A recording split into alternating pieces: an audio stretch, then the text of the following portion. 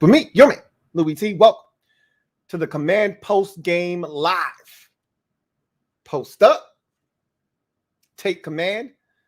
You know what it is. It's your man, Louie Tee, Commander-in-Chief, dressed in all black like the Omen, which means we took one on the chin. And I can say this with all sincerity. I've never been more disappointed in a first half performance from this organization than I was today. And you can say that I'm a prisoner of the moment. That's hyperbole. I'm not kidding. I have never been more disappointed in a team in the first half. And there have been a lot of ass whoopings that we've taken on primetime television. It's been embarrassing. But most of those, probably 95% of those, were expected. They were expected embarrassing performances, like the one last year against Dallas. Milo Eifler was starting the game. Like, we were still dealing with COVID and injuries. That game was over before it started. We never had a chance against Dallas in that game. I was never disappointed. That game didn't bother me one bit, other than the fact that we got our teeth kicked in. I was live by halftime of that game, okay? The season was over in my mind. This was a game that meant so much, and I talked about all of the various reasons as to why it meant so much. All of the things that this game represented. You know, we are dying for respect. All this disrespect that's being lobbed at us. The Lions are, trust me, Vegas knows what they're doing, right? They're not always going to be right, and I was hoping to prove them wrong. But there's a reason why Vegas made the Detroit Lions favorite for the first time in 24 games against us. There's a reason. And it's clear. Nothing has changed. The narrative can't change when you keep running on the hamster wheel and going in circles. When you keep doing the same things over and over again, you can't change the narrative. You can't change the narrative when you continue to shoot yourself in the foot, when you continue to have slow starts, when you continue to do the things that we did today. Turned the football over 2 times again. Missed an extra point. I'm going to get to the 2-point conversion in a second because a lot of you don't understand analytics. I actually love the decision to go for 2 points there. Loved it. And if we could do it again, I'd do it 10 times out of 10. I have no problems with him going for 2 there. Put the blame where it belongs. Joey Sly needs to make the goddamn extra point. That's where the blame belongs. Don't put that shit on Ron. Ron's just playing the numbers. But before we even get to that, that's a whole separate discussion. You come out, first of all, you win the toss. I'm loving it. Like McDonald's. Ba-da-ba-ba-ba. You get a stop, 3 and out. Jamin Davis gets a sack, and I'm saying, oh, yeah, we about to roll on these boys. And then you come out, and you go 3 and out. And honestly, I don't know what the hell Scott Turner was doing offensively. This is the thing that is so maddening with Scott Turner, is that it's like he doesn't realize what he needs to do that particular week for us to succeed. He got all kinds of blinded by the success the Eagles had on the ground, and he was determined to run the football today. Determined. And every time we dropped back, he was determined to push it vertical. Let's go down the field where we're getting our asses kicked in protection early. Okay? So you need to adjust to what's going on in the game and give your guys some damn confidence. Get the ball out of your hands quickly to your playmakers. Why is Carson Wentz dropping back on a 5-step drop from his own end zone? I don't understand. I don't. That doesn't make any sense to me. I just don't get it. And it's the little things. I thought, you want me to tell you where I thought this game really turned? I thought this game turned. I thought the defense actually came out and gave us a shot. Now, they were awful late. When we needed a stop, they didn't come up big for us at all. They stopped us from being absolutely blown out of this game after falling down 22-0, and they were gassed in the first half. I'm not making any excuses. Find a way to make a play. Benjamin St. Juste, Jared Goff is going to give you an opportunity, just like last week against the Eagles. You know what the Eagles did? Deposited it for 6. He's going to give you an opportunity to make a play. We didn't make the damn play. We never make the play. The defense stopped us from getting blown out in the second half. But then when we needed them to give us a chance to win the game, they had nothing for us. Nothing for us. And you could talk about various reasons. Daniel Wise got hurt in this game. Casey Toohill got hurt in this game. We're playing with dudes that we just pulled off the street last week. I'm seeing number 91, and I'm like, who the hell is this guy? Oh, yeah. That's Donovan, whatever the hell his name is. What is he doing in the game? Why is David Mayo in the game on a crucial 3rd and 2? Oh, you thought they were going to run. F that shit. Leave Jamin Davis in the goddamn game. You spent the 1st round pick on him. If he can't play the damn run, then you effed up. But then, I thought the game changed when we couldn't do the little things right. And this is the thing that drives me insane. It's not the jet sweep when you got them right where you want them and you give up 8 million yards and allow them to get momentum when they were dead in the water. It's not that shit, even though that shit goddamn kills me as well.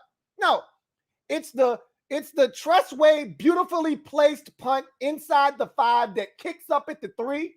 And our dumbass return man, our dumbass gunner, Christian Holmes, instead of him, he wants all the glory.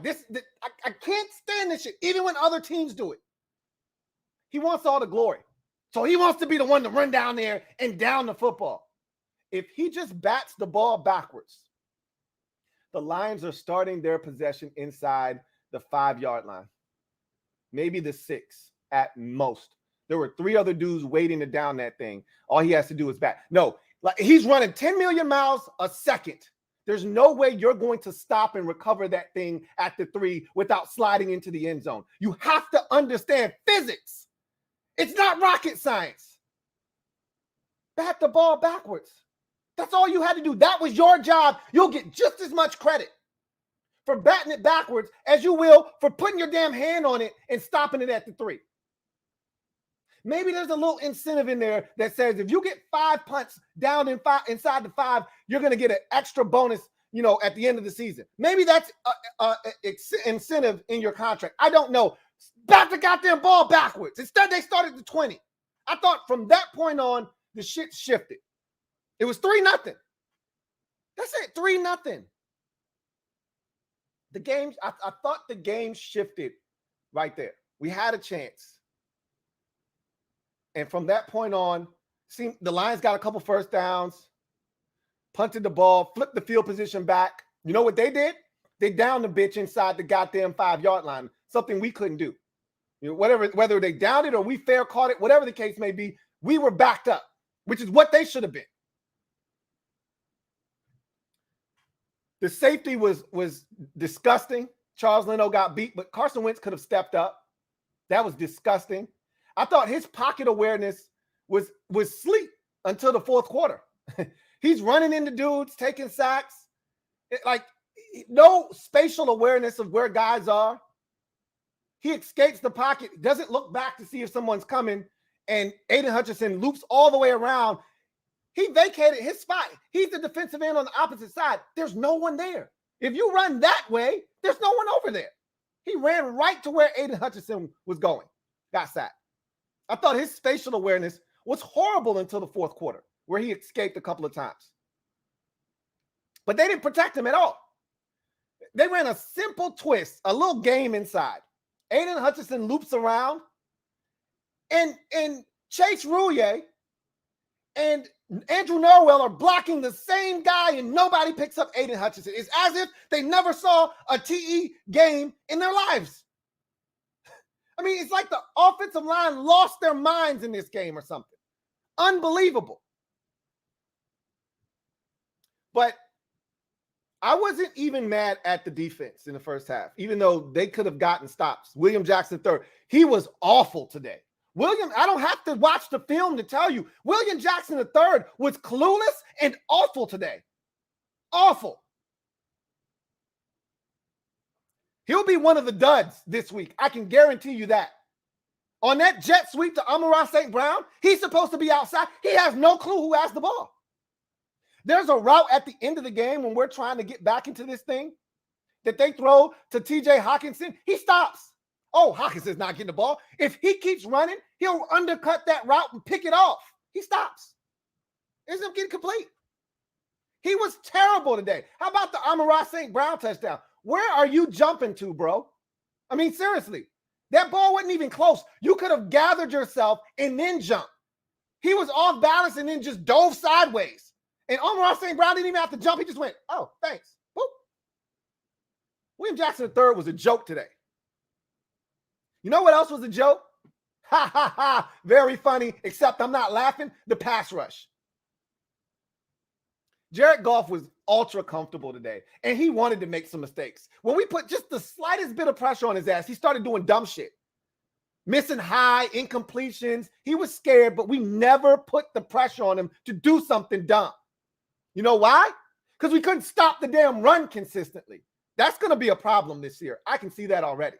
We cannot stop the run, and we can talk about all the injuries. They're starting to mount on the defensive line. Casey Toohill in concussion protocol. I don't know what's wrong with Daniel Wise, okay? But I saw way too much of Donovan Jeter today, okay? This whole, oh, man, we got to have David Mayo in the game to stop the run. This shit has to end. This has to stop. He can't be on the field. Because if I see David Mayo, if I see 51 and I'm on the opposite side, hey, we're going to a pass. We're going to spread them out, and I'm going to target David Mayo's ass.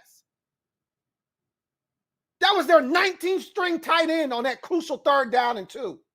David Mayo's lost in the sauce.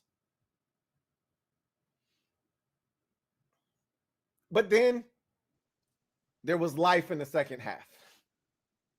And as disappointed as I was, 22-0 to the damn Detroit Lions. Of all teams, the damn Detroit Lions had us 22-0 in the first half of the game. I was mortified, damn near speechless. You could not have scripted it any better for the Lions in the first half. And I'm just sitting there saying, why did we come out so flat? I don't understand where the sense of urgency is. You have to understand, and I said this all week long, the Lions are desperate. They can't fall to 0-2. This is their second straight home game to start the season off. They cannot afford to drop to 0-2. They're going to come out fighting, swinging, because their backs are against the wall, and we have to understand that. And we did not match their intensity. They ran laps around us. On special teams, they were killing us. They were running down, hitting Dax Milne at the 12 and the 15.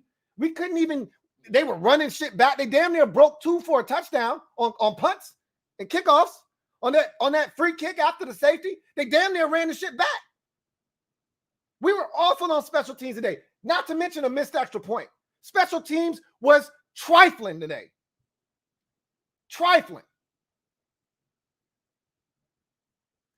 We lost every single phase of the game. We got outplayed by the Detroit Lions.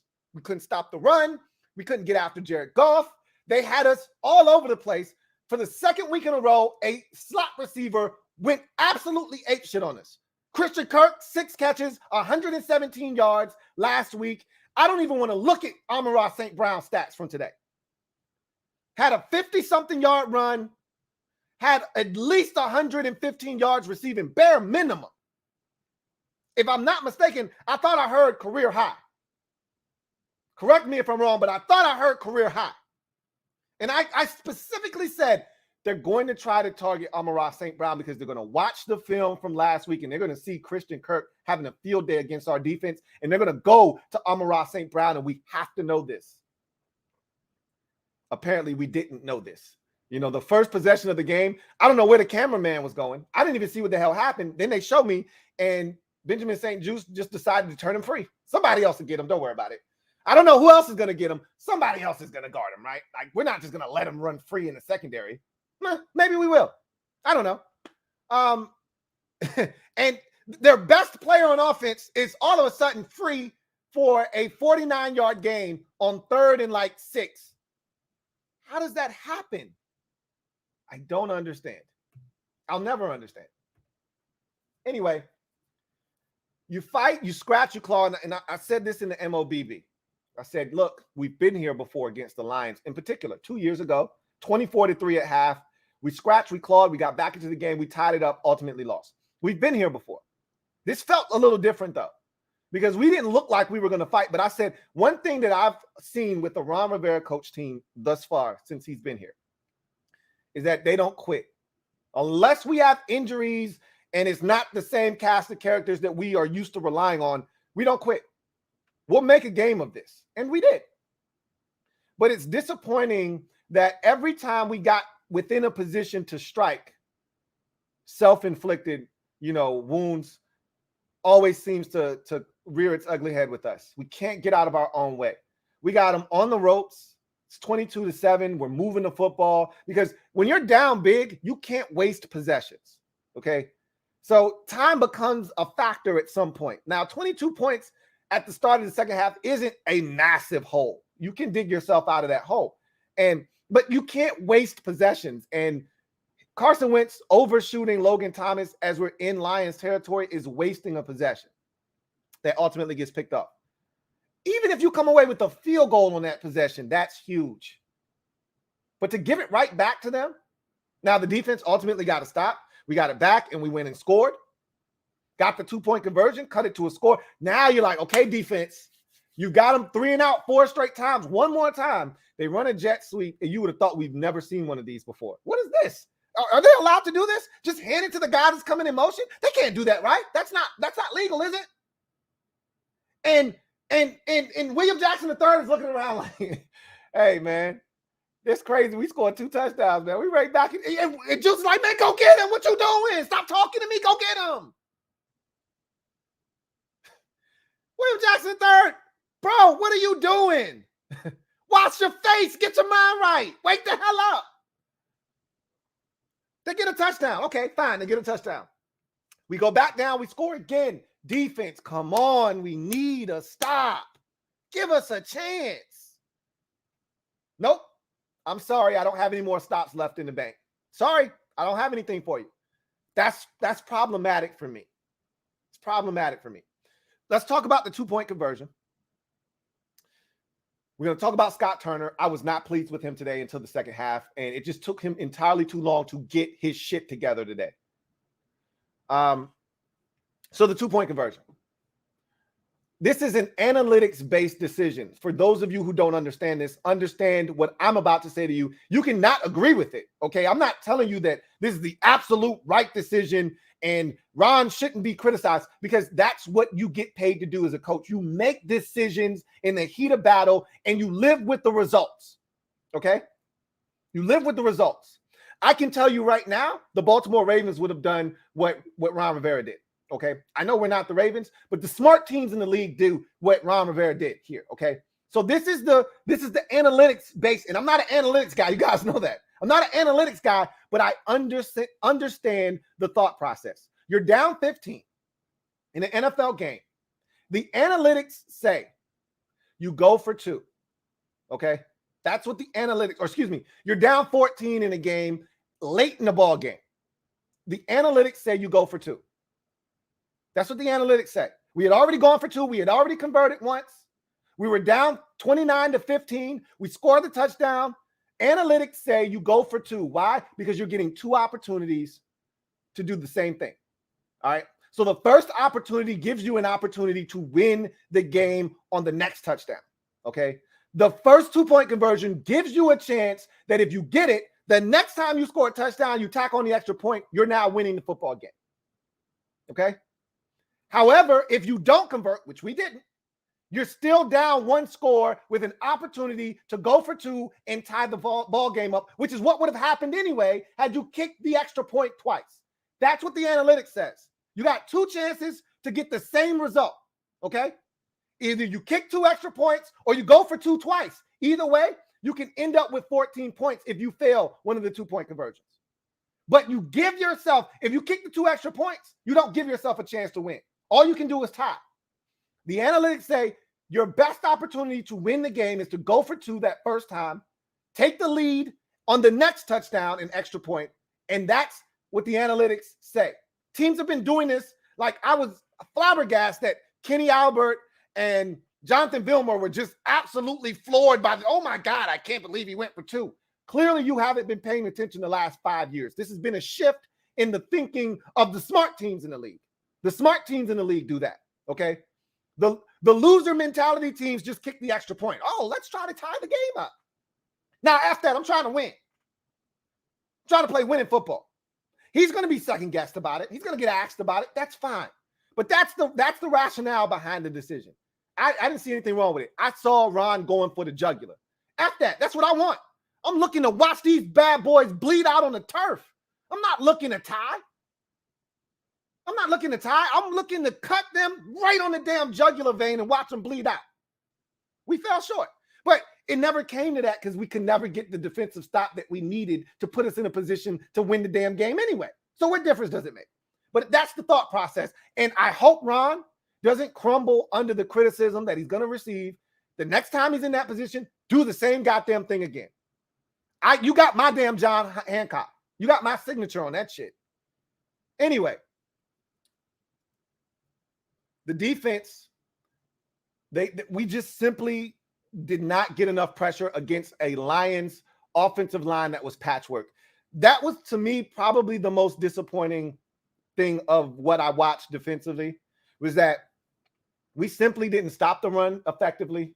DeAndre Swift barely played, but when he did, we blitz. He catches the football, gets up, dusts himself off, dusts the football off.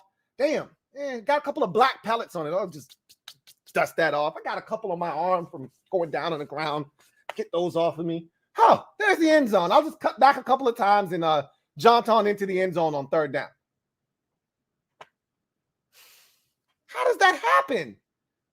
How does he catch the football, fall down, get up, cut back twice? Here comes Donovan Jeter. And doesn't even make a tackle attempt. And then runs it to the end zone. How does that happen? Did we forget that we were blitzing? Did we forget that there was a double A-gap blitz with Cole Holcomb and Jamin Davis coming, that they were going to get rid of the ball quick? Did we lose our minds or something? Help me understand.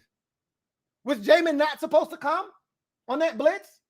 Did he go rogue? Somebody, anybody, please help me. Something had to go wrong there. Maybe Jamin Davis wasn't supposed to blitz. That was his man out in the flats, and nobody else had any idea that Jamin blitzed, and he did it on his own, and everybody else was in man-to-man coverage, and their backs were turned, and that's how he was able to get up, cut back twice, and score. I don't know. I just need answers, because that was entirely too easy. When you got Jared Goff right where you want him, with a chance to get off the field and force a field goal, that was entirely too damn easy. This defense, to me, was below average in the first half. They were put in a bad spot because the offense was so bad in the first half. We're going to get to Scott Turner here in a second. The offense was so bad in the first half that the defense was constantly on the field that I almost don't want to blame them for what went down. They still got to take some of the damn blame, because you can make a play. Somebody stand up and say, not today, not on my watch. Somebody make a play. Nobody did that. But they were constantly on the field in the first half.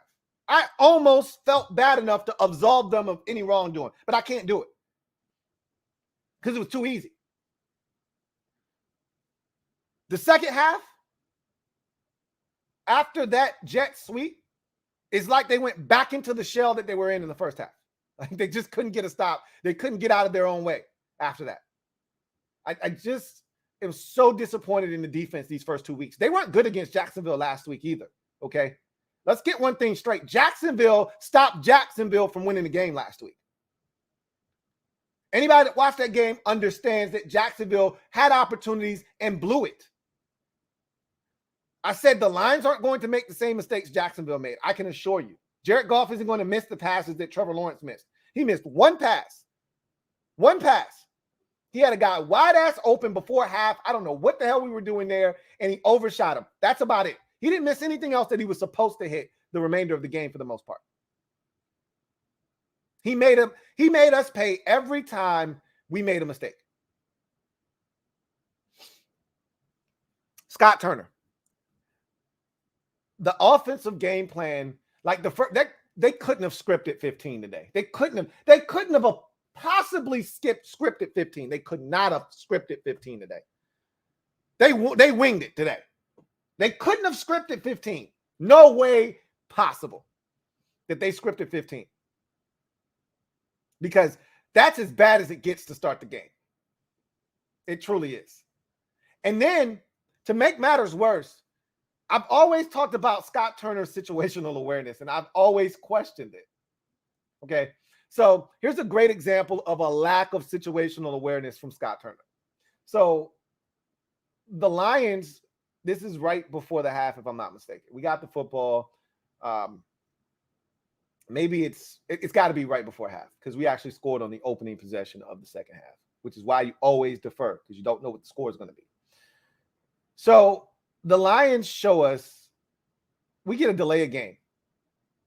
This had to be second half because we had nothing going in the first half. Had to be the second half, whatever the case may be. It's a third down and let's call it 8. And the Lions, they show us all out pressure and we get a delay of game. Wentz is clapping. He wants the football. He doesn't get it. They call us a delay of game. They show us their hand. It's almost like in the NBA when you got an inbounds play. You want to see what the defense is doing. So you go out there and you act like you're about to throw the ball in bounds, and then you see what they're doing, and then you call the timeout. Okay, all right, I got it. I see what they're doing. Here's what we're going to do. They showed us they were coming with all-out pressure. Scott Turner still drops back Carson Wentz 5 steps and is looking to protect him against all-out pressure. And I'm saying, bro, they showed us they were coming with the kitchen sink. Why not throw a screen behind that? These are the things that boggles the mind, okay? They're killing our front. Either that or Wentz isn't seeing the field clearly. Whatever the case may be, let's make it easy on them, okay? The run game isn't working, okay? So this 2nd and 8, 3rd and 7 shit isn't cool, right? So how about we start throwing the ball short? Let's get it out of his hands. Let's get him some completions. Let's get this offense in some rhythm. Nope. Want to drop him back? We got to push it down the field vertically. Well, the offensive line isn't giving you the chance to do that right now.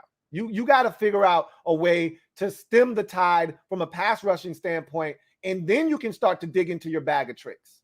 And then in the second half, he got nasty.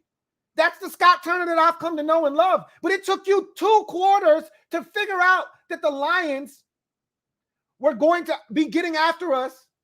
And now you started to go underneath. All right, Curtis. All right, Terry, take this screen. All right, Curtis, 5 yards out. Here, take this. Make a guy miss. All right, JD, out of the backfield. It took you 2 quarters to realize, hey, we gotta soften these boys up before we can get aggressive. Then, as you start to have that success, you start to wear down their front. Now they've been on the field. Now you can start to push the ball vertically. Now you can start to go bootleg, throw it back across the field. Now you can get into your bag of tricks. Now you can. We're getting our asses handed to us, and you want to try a double pass? You're going to throw the ball to the running back. He's going to throw it back to Carson Wentz. That should have been a pick. That's what you're going to do. We down 22-0 or 15-0, whatever the damn score is. That you're like, yo, we did this shit in practice. We going to run this shit today. No matter what, we going to run this. Why?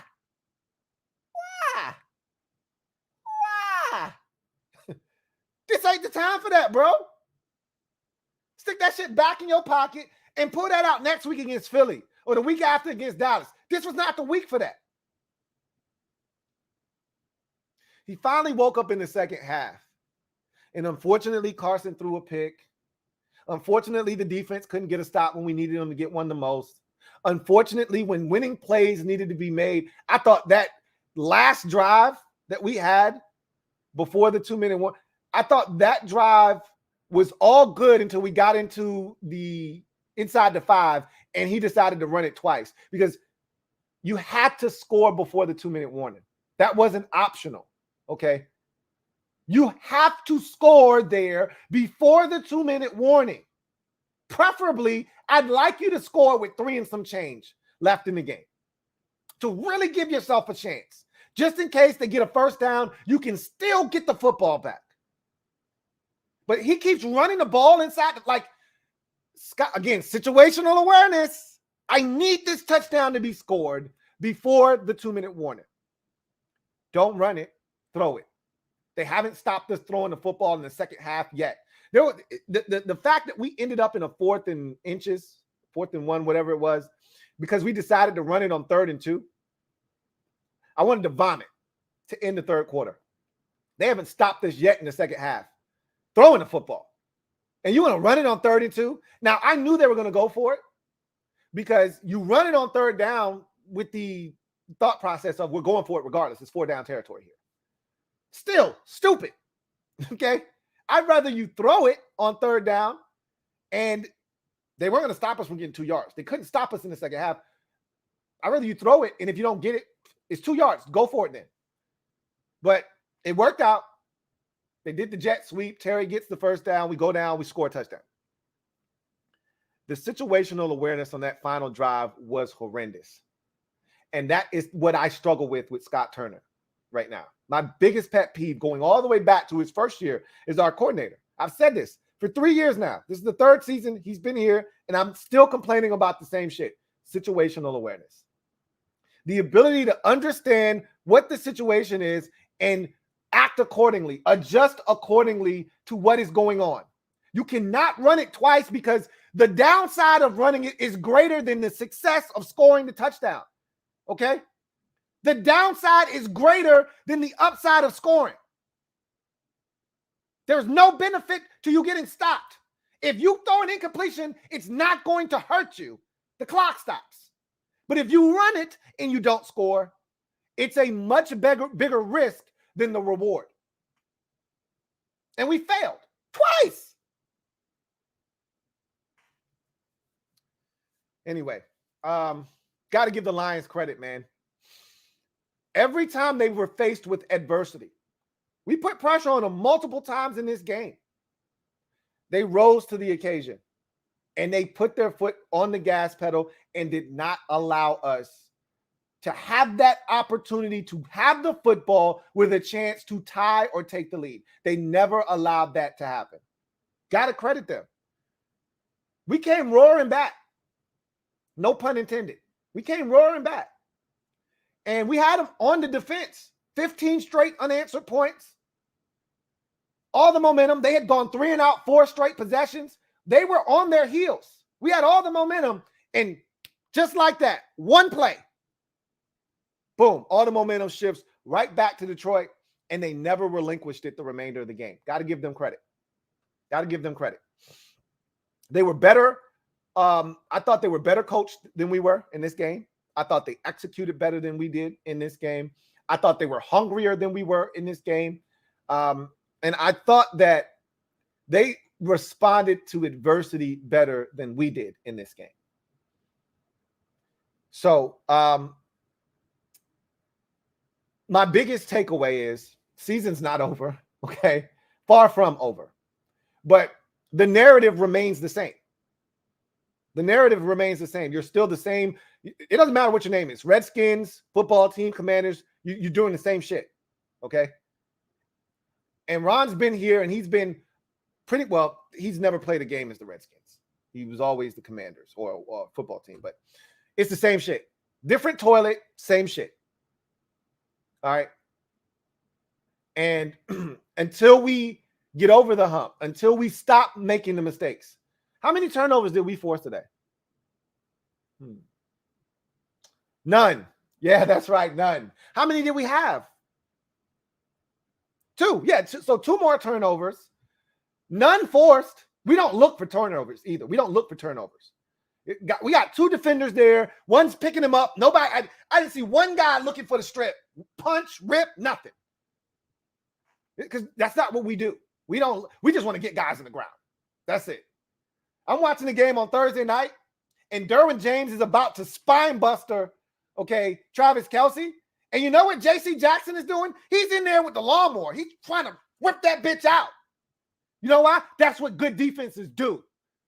They're not satisfied with making a tackle. They want to rock too. That's what dogs do. They want to eat. They hungry. Nah, we ain't starving, man. We ain't starving. We ain't trying to eat. We satisfied with just a little bit of water in our bowl. We don't want no food. We don't want to eat. Just a little bit of water to wet the palate and we'll be fine. For too long, we've been content with just having something to drink. We don't want to eat. That's our problem. We don't create turnovers. We don't create short fields. Everything has to be 10 plays, 75 yards.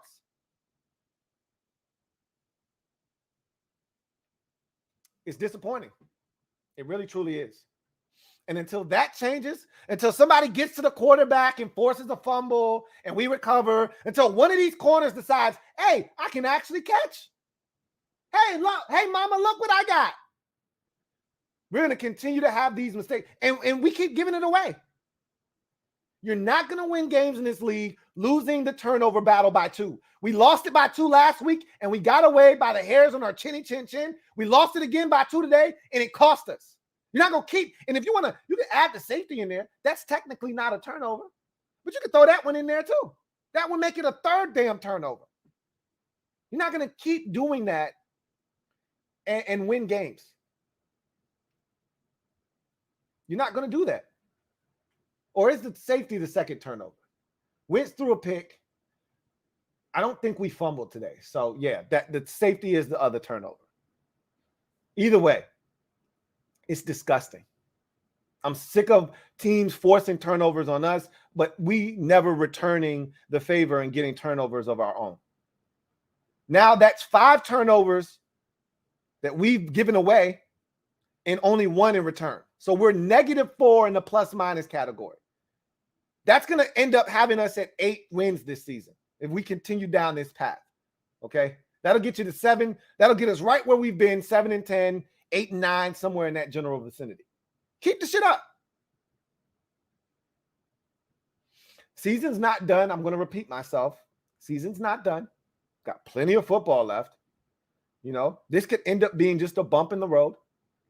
But if you want to win 12 games, can't lose to Detroit.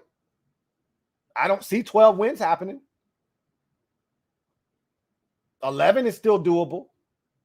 But now you've got to go beat somebody that you probably weren't thinking. And there's not a single game on the schedule this year that I look at and say we can't win. Unlike last year where there were at least 4 or 5 that felt like kamikaze missions. I don't see a single game on the schedule I'm going, man, I don't know how we're going to win this one, but we'll try. Now, I don't see one of those. But you got to find a way to win, man. And I get it. Detroit on the road has been a house of horror for us. That's 5 straight losses in Detroit. That's 5 out of 6 losses to the Lions the last 6 times we've played them. We've lost 5 times, including 5 in a row in Detroit. For whatever reason, we lose our damn minds against the Lions, especially in Detroit. It's frustrating. But you know what? Everybody except my dumb ass and maybe a few of you predicted this anyway, right? Fall for the banana in the tailpipe. This is going to be different. We're going to go in here and we're going to match their intensity and we're going to find a way to get it done because you know what? This is different. Why? Why? Why? Why is this any different?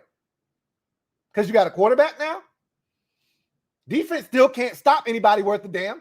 What difference does it make? Oh, and it'd be nice if we could get a run game too.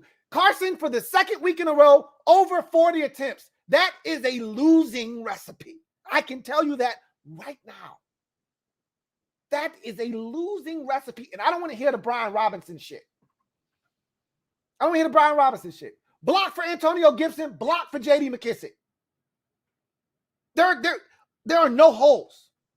Okay? There are no holes.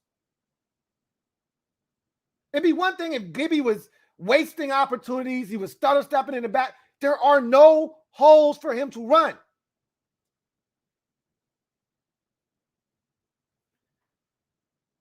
Anyway, I digress. Lions get the win 36 to 27. Oh, and let me just say this about Joey Sly. I still have confidence in him, but I'm getting to the point with him. And again, this is his first miss of the season, but it's a big miss. And I don't have patience for this. You got one job to do, bro. One. When we send you on the field, make the damn kick. You actually have 2 jobs. You're our kickoff specialist and you're our field goal kicker. When we send you on the field, just do your job, man. There was nothing wrong with the snap. There was nothing wrong with the hold. I can make excuses in the preseason. High snap, laces didn't get all the way around. There was nothing wrong with the operation, dude. Make the kick. Give us a chance. Give us a chance to call our 3 timeouts and see if we can't get a stop. That's all we were asking for. Give us a chance. The defense probably wasn't going to get a stop anyway, but at least we could blame them and not you.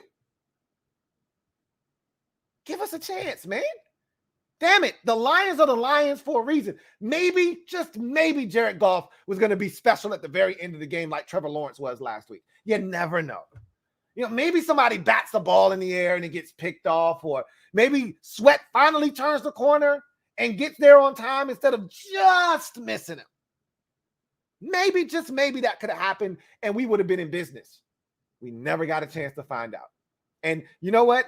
That was so Washington Redskins / football team / commander like. You do all of this fighting to give yourself a chance, and then you miss the extra point to give you a damn chance with 1 possession and 3 timeouts. That was so Commanders like at the end of the game, to make the rest of the game anticlimactic. The Lions were like, oh shit, here we go. All right, we got to get a first down, and then you miss the extra point. Like, whew, we won. Woo, we won a game. Yeah. Only we could do some bullshit like that. Joey, I'm just going to say this once. Make your damn kicks. Period. All right. Let's get to the comment section, man. I've said enough. Tony P56, thank you for the super chat. Greatly appreciate you. Thank you for starting us off. My guy, Tony P56 writes, we can't be this bad. So one word, Vegas. Again, they knew. I mean, the boys out in the desert, they're smart, man. They do this for a living, okay? There's a reason that they favored the Lions in this game and made us underdogs, okay? It is what it is, I wanted to prove them wrong. I wanted to prove everybody wrong, but the narrative remains the same, and that's why we can't get the respect that we claim that we want. When you see graphics with us 0-1, despite the fact that we won, you know why that happens? Is because, it's just Washington. Nobody cares, okay? By the time we look up, they'll be 2-6 anyway. Who gives a shit?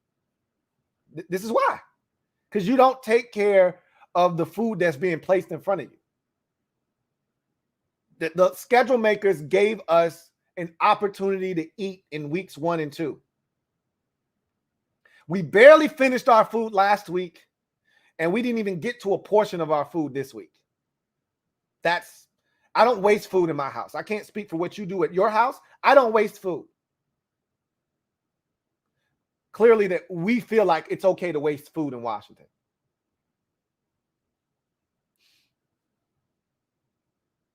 Dylan S, thank you. Stand up, Dylan. You're officially the newest member of the MOBB. Really appreciate you coming on board. And you're right in on time. We'll be giving away some tickets this week to the Eagles game. Also, the film breakdown should be really interesting, especially the first half film. I mean, golly, man, it was just a comedy of errors in the first half on both sides of the football. The offensive line was disgusting today. Absolutely despicable in the first half.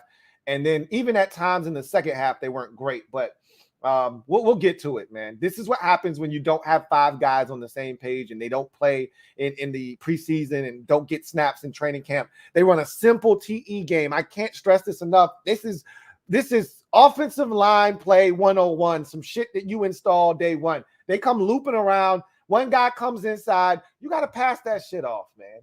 And Chase Rouillet, you would have thought he never saw a twitch before. Because he's doubling down with Andrew Norwell on this defensive tackle. And here comes Aiden Hutchinson around scot-free. I mean, he could have walked to Carson Wentz. That hole was so wide open. That's embarrassing, man.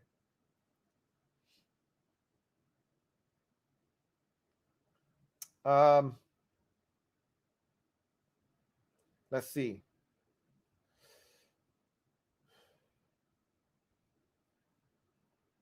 Jason Rogers, thank you for the super chat. Greatly appreciate you. Uncle Jay, thank you for being a member of the MOBB writes. Respectfully, Lou, damn them analytics. That was a terrible call to go for 2 at that moment. You play for the win when it's actually for the win. Field position killed us defensively. I disagree. We could agree to disagree there. To me, going for 2 is playing for the win. All right, that is playing for the win. You know, a lot of you didn't agree with Ron when he did it in 2020 against the Giants. I didn't have a problem with it then. I don't have a problem with it now. That one, the circumstances were a little different. We had all the momentum, yada, yada, yada. That's fine, whatever. The analytics say, and again, you don't have to agree with it. Again, this isn't cut and dry. This isn't black or white. There's gray area here. So you don't have to agree with it. But the facts are what they are. Is the analytics say when you're down 14, late in the ball game, late third, early fourth, limited possessions left in the game, which there were at that point, you go for 2. That's what analytics say, because you're going to have 2 possessions, more likely than not. And if you have an opportunity to score and get the 2, go down by 6, now the next time you score, touchdown, extra point, you're now leading. That's what the analytics say. And the analytics say, hey, guess what? You don't get the 2-point conversion. You're still down 8.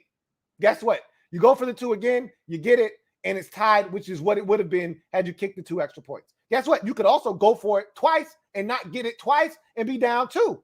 That could happen too. But guess what? Winners go for the jugular. I'm not looking to tie the Lions at 29. I'm looking to beat them 30-29. I got no problems with that.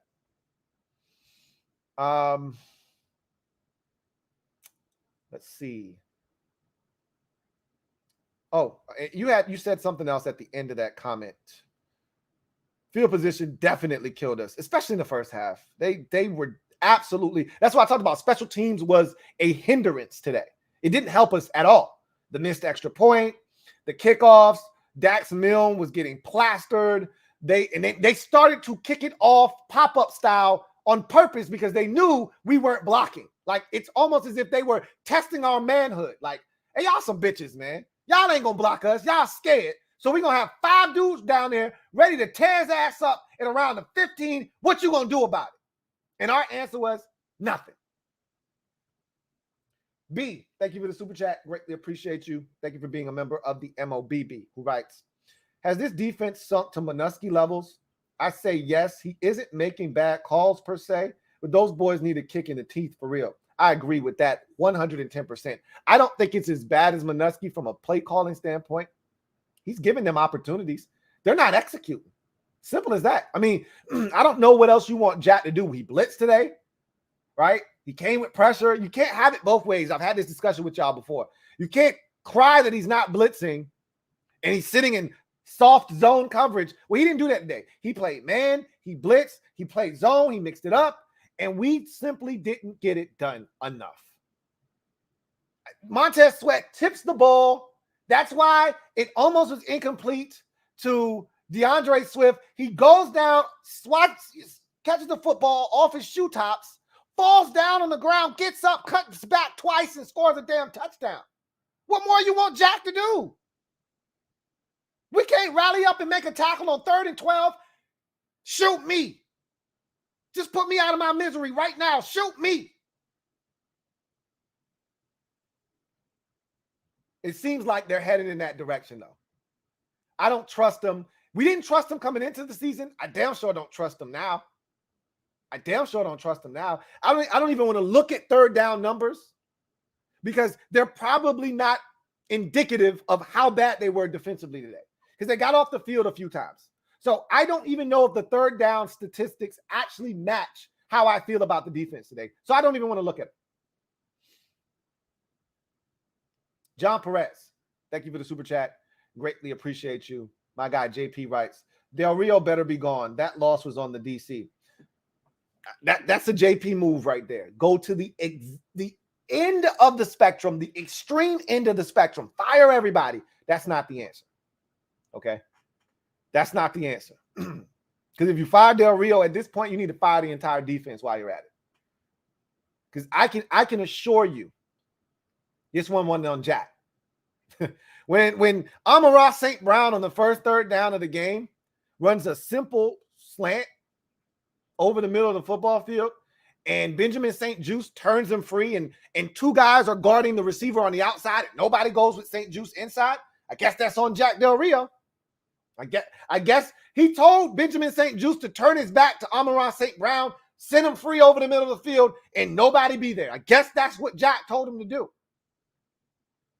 I guess that's what Jack told him to do when we blitzed Jared Goff on 3rd and 12. And again, I don't know if Jamin Davis went rogue or not, but I guess that's what he told him. Don't rally up and tackle. Let him cut back twice and walk into the end zone on your ass. I'm pretty sure that's what Jack told him. Let him score. Don't worry about it. I'm pretty sure Jack told William Jackson III, hey, they're going to run a jet sweep to your side.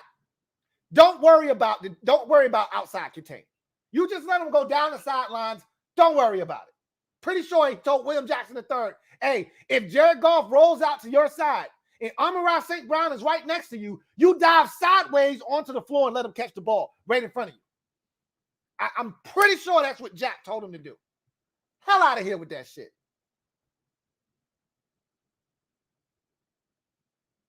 Red Wing 01. Thank you for the super chat. Greatly appreciate you. Thank you for being a member of the MOBB, who writes, the O-line was terrible in pass pro and atrocious in run block. They should have spread out the offense way sooner. Way sooner, dude. This is the lack of situational awareness and adjustments that Scott Turner, and this is the problem I have with Scott Turner right now, is that he takes way too long to notice what is obvious. Yeah, you want to remain balanced. Yep, you don't want Carson throwing it 55 times. I get all of that. The run ain't working. You can't drop him back 5 steps. The pass protection isn't hitting worth a damn. So you know what you do? 3-step drops. Let's get it out of his hands quickly. Wide receiver screen, underneath throws, Curtis Samuel. Let's start getting our guys the football in their hands and seeing what they can do after the catch. Let's see if we can't make them miss a tackle or two. Let's see if we can't get into a rhythm. How many times in the first half were we in 3rd and 8, 9, 10, 11, 12, 13, 14? We lived in 3rd and long. What happened to 3rd and 4? What happened to 3rd and 2? We were so ineffective on 1st and 2nd down, it wasn't even funny. It was comical how bad we were on the early downs. That's what put us in those 3rd and longs. We couldn't, because you try and drop back on 1st and 10. It's either a sack or damn near a sack. So now it's 2nd and 10. Okay, we're going to run it with Gibby. Now it's 3rd and 9 or 3rd and 8. He wouldn't get no more than 2, if that. And now you're back in a long down and distance situation, and we can't protect. He's running for his damn life again.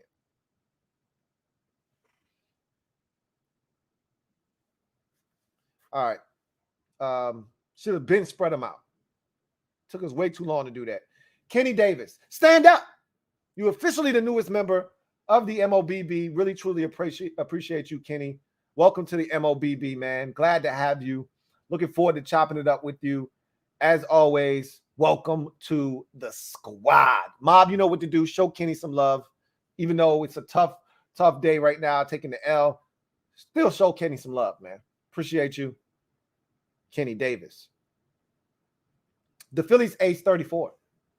Thank you for the super chat. Greatly appreciate you. Thank you for being a member of the MOBB, who writes, hey, guys, I thought it was just the Lions. That's what was thrown in all the Eagles fans' face. Not so funny now. Football is a week to week. You're the man, Louie. I never threw that in your face. I mean, anybody else did. That's fine. That's on them. But a win's a win in this league. We beat Jacksonville. Nobody cared we beat Jacksonville. I cared. Okay. You weren't going to make me feel bad about beating Jacksonville week 1. And so the Lions, look, the Lions gave you all you can handle last week, and you got out of there with a dub. And we weren't able to do it. You know, it's a week to week league, like you said, but you got to beat the teams that you're supposed to beat. And obviously the Lions are like, nah, we supposed to beat y'all. And we like, no, we supposed to beat y'all. Well, they beat us. So, I mean, we can't say shit to them. They were supposed to beat us, apparently, you know?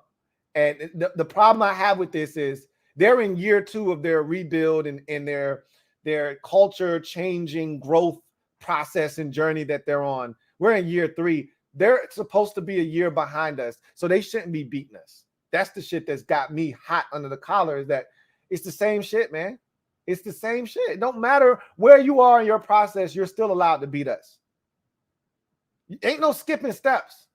I'm gonna go out on a limb and say when the season's done, we're gonna look up and the Lions are gonna be a 7-win team, and that's gonna be a vast improvement for them. 7-8 win team. We couldn't afford to be one of those wins, man. Not where we're supposed to be trying to go this year.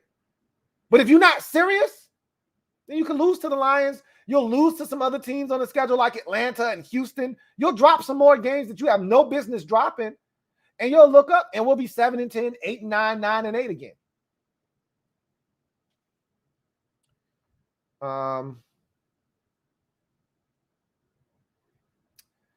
RVA Monarch, thank you for the super chat.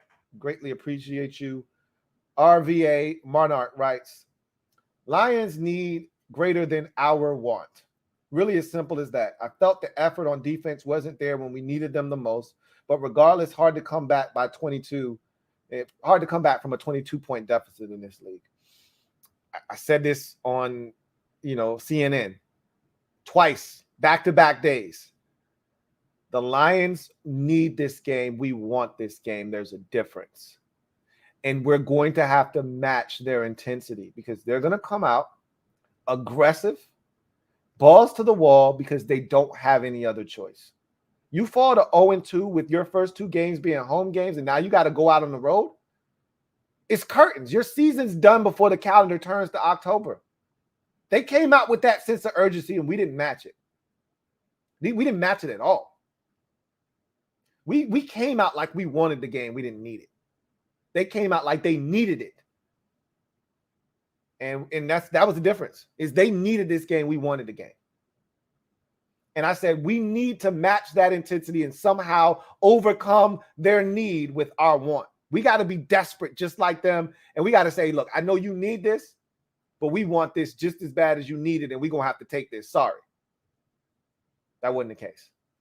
That was never the case. And it is hard to come back from 22. It's not impossible. Okay. One more stop or 2 more stops by the defense, and they couldn't stop our offense in the second half. I don't know if Tressway punted in the second half. I know Carson went through an interception. I don't know if Tressway punted in the second half. I think the only possession that didn't end in points for Washington in the second half of this game was the interception.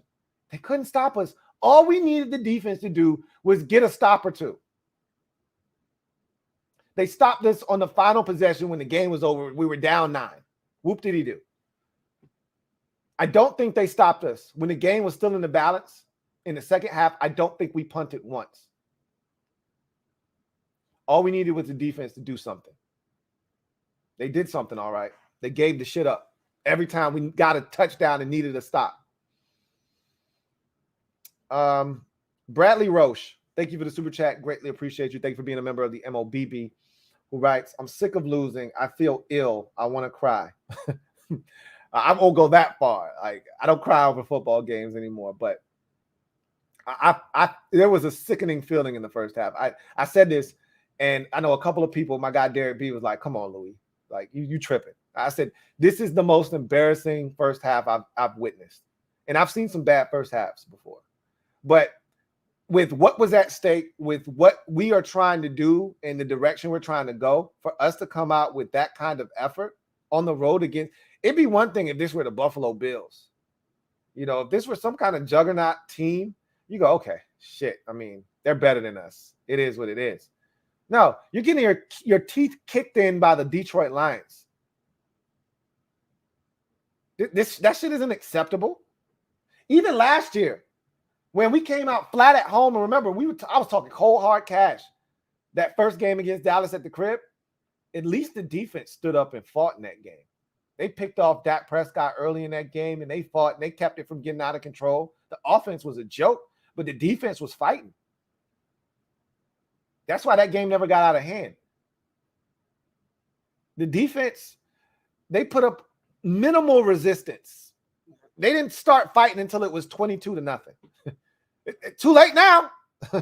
And then when we finally got back in the game and we really need you, they went back to sleep.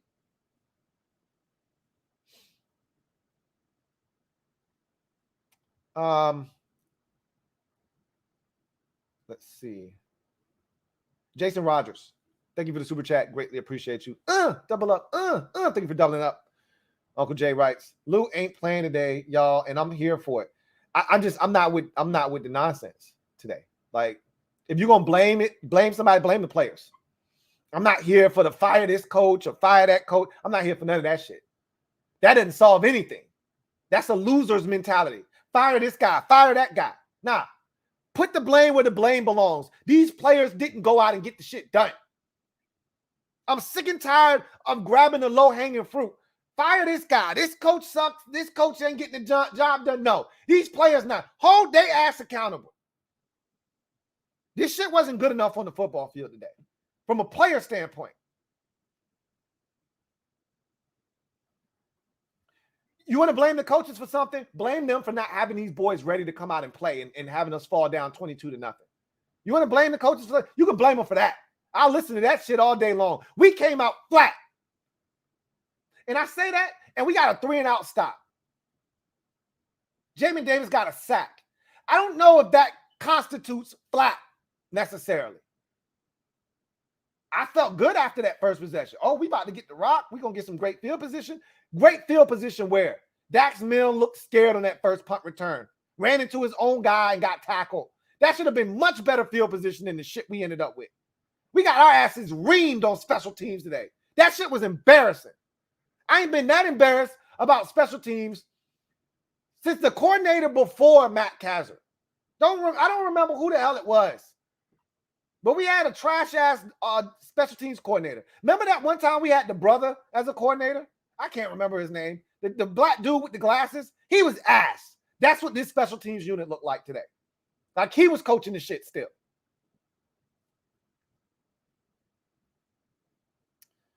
Going Commando.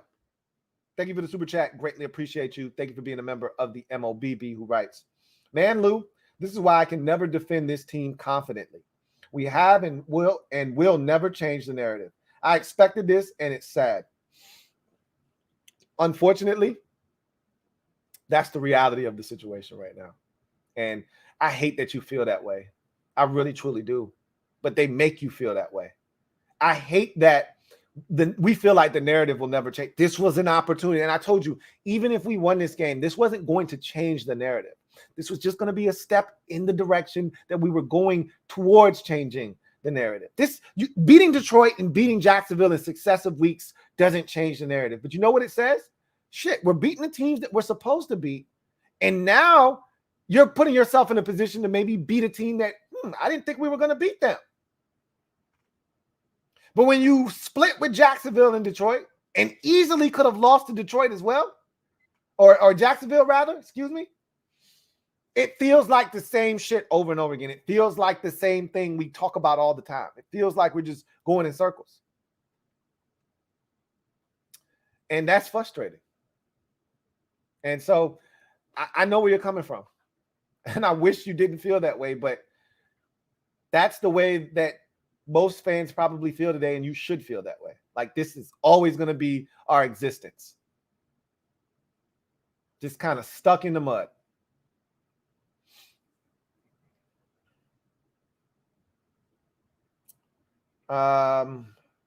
Let's see. Mr. Ron B. Thank you for the super chat. Greatly appreciate you. Mr. Ron B.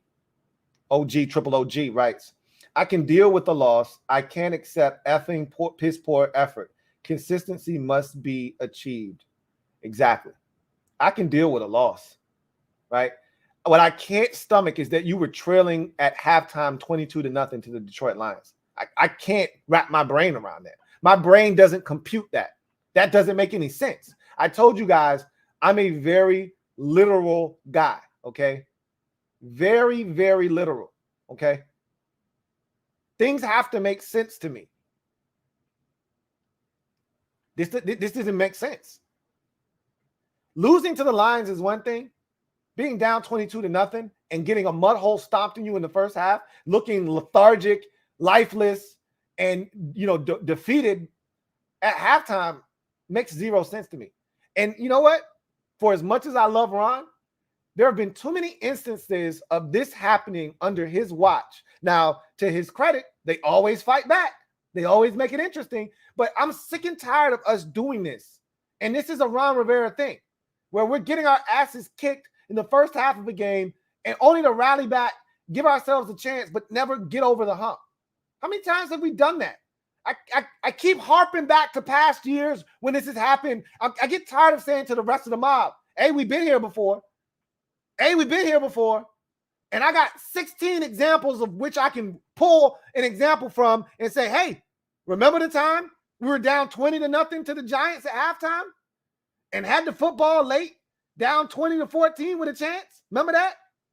Remember the time we were down 24-3 to the Lions at halftime, and then we tied the game at 27, only to lose 30-27? Remember that? I get tired of doing that shit. I get tired of bringing up those games where we're getting our asses kicked in the first half. Remember the time we were down 20-0 to the Arizona Cardinals? I get sick of that shit. When are we going to be the ones up 22-0 at halftime? When are we going to be on the right side of that? Yeah, I'm glad they fought today, but I'm sick and tired of getting our teeth kicked in the first half, only to wake up in the second half, but it'd be too little too late. They got to be better than that shit, man. I'm sick of it. I can take losing because you're going to lose. No one's going to be perfect. No one's done it since the 72 Dolphins. You're going to lose a game. It's how you lose that makes you feel like, hey, okay. Hey, we're going to be dangerous this year. This reminds you of past years of 7-10. This doesn't feel like, this doesn't smell like 12-5, 11-6, 10-7. This feels like 7-10. This looks like 7-10. The only difference, and I can say this because I felt this way even in the offseason, going into the season, during the season, is that the offense is legit. We just got to be consistent on offense. The run game is a problem right now. It's not good enough. And maybe when Brian Robinson comes back, maybe that will change. I don't know what happened to Chase Roulier. Please be okay. Wes Schweitzer being out. We are not in a position to deal with Wes Martin having to play center for us. Like, that's not a good look for us. But all in all, the run game is a problem right now because it's not taking any pressure off the pass game. Right now, our pass game, our short pass game is an extension of our run game. We essentially are running a West Coast offense because our run game is ineffective, largely ineffective. You take away some of these wide receiver runs in this game, and we're not averaging 4 yards a carry. We average 4.2 yards a carry today. 21 carries, 88 yards. That's fool's gold. And only a dummy would look at those stats and say, hey, we averaged 4 yards a carry. Terry had like a 11-yard jet sweep on a 4th and inches, and Curtis Samuel had like a 16, 17-yard run. You take those away, and we're back to averaging 2.8, maybe 3 yards a carry. We were awful on the ground again. And it put all the pressure on Carson Wentz in this passing game to have to move the football. That's not how this team is set up. Fat American, thank you for the super chat. Greatly appreciate you. Thank you for being a member of the MOBB. Fat American writes, big takeaway from these first 2 games. Our opponents have difference makers on defense. Jags, Turner. Turner?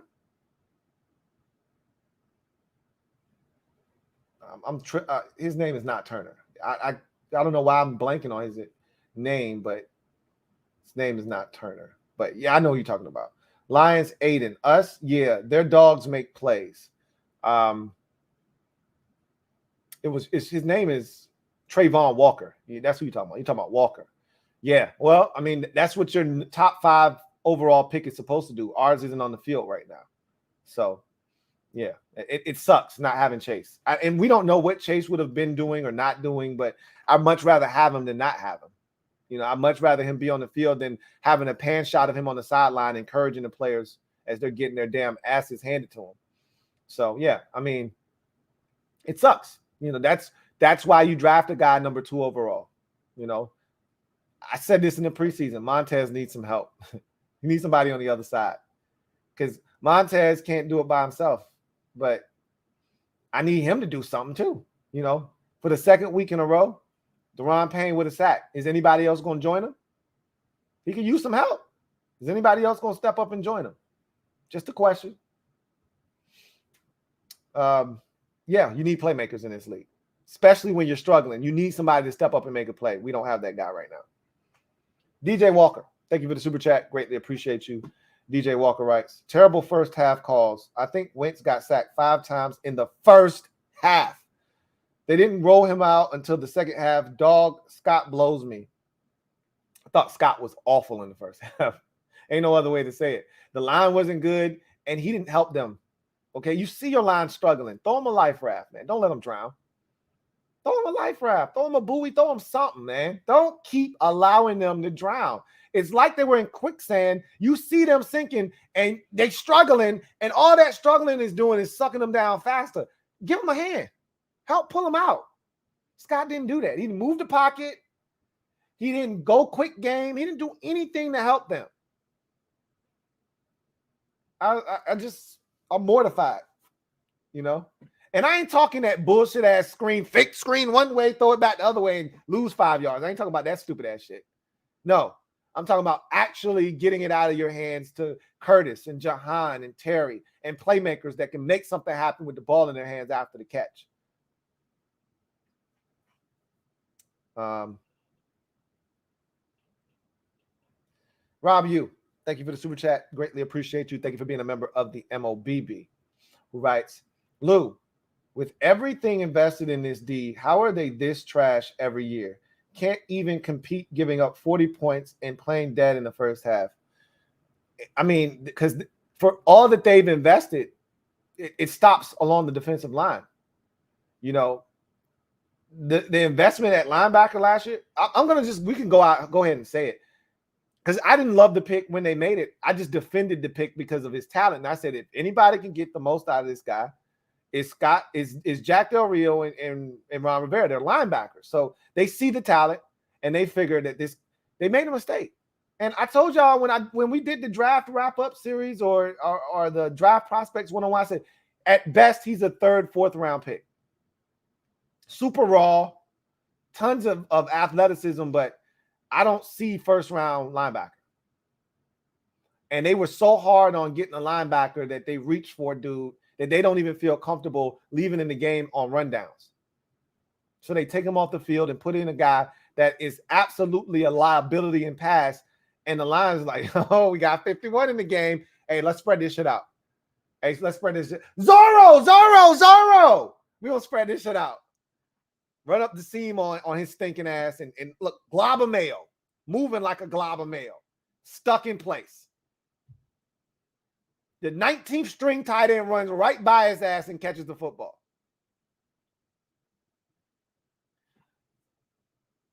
The secondary is, I'm going to say this too. I can say this right now too. I feel comfortable saying this as well. Even though he was hurt all last year, and we would have wasted our money last year, give me Ronald Darby over William Jackson III. Give me Ronald Darby. And Jamin Davis, he's not a bust, but you missed on a first-round pick. And what I'm saying is he could still be a productive player for you. He could be a productive player for you. And he serves a purpose. You can blitz Jamin Davis. We saw that again today. He's a problem when he gets to run. But if you don't trust him to be on the field in running situations, if you got to take him, if you got to babysit him and keep taking him on and off the field because you don't trust him, then you didn't get it right in the first round. You didn't get it right in the first round. So that's part of the reason why we're in the predicament that we're in, is your number one corner isn't playing like a number one corner. Your linebacker position is a liability as a whole. You know, like Cole Holcomb doesn't make plays. He's solid. He's on the field, but he doesn't make plays. So the whole linebacker position is a liability. Your number one corner is performing like at a bare minimum of 2. And your safeties are solid. I like Derek Forrest. I thought he was good again today. But we lack playmakers. Like, somebody's got to make a play. I thought Benjamin St. Juste actually had a good game today, but he had a chance to have a great game today, and he didn't catch the pick. My knock on him coming out of Minnesota was he was handsy underneath, 1, and 2, he had 0 career interceptions at Minnesota. And my guy Derek B said, look, bunch of pass breakups. As long as he's getting us off the field on 3rd down, that's cool. And I said, yeah, that's great. And he got us off the field on 3rd down today, didn't he? Twice. Almost caught a pick.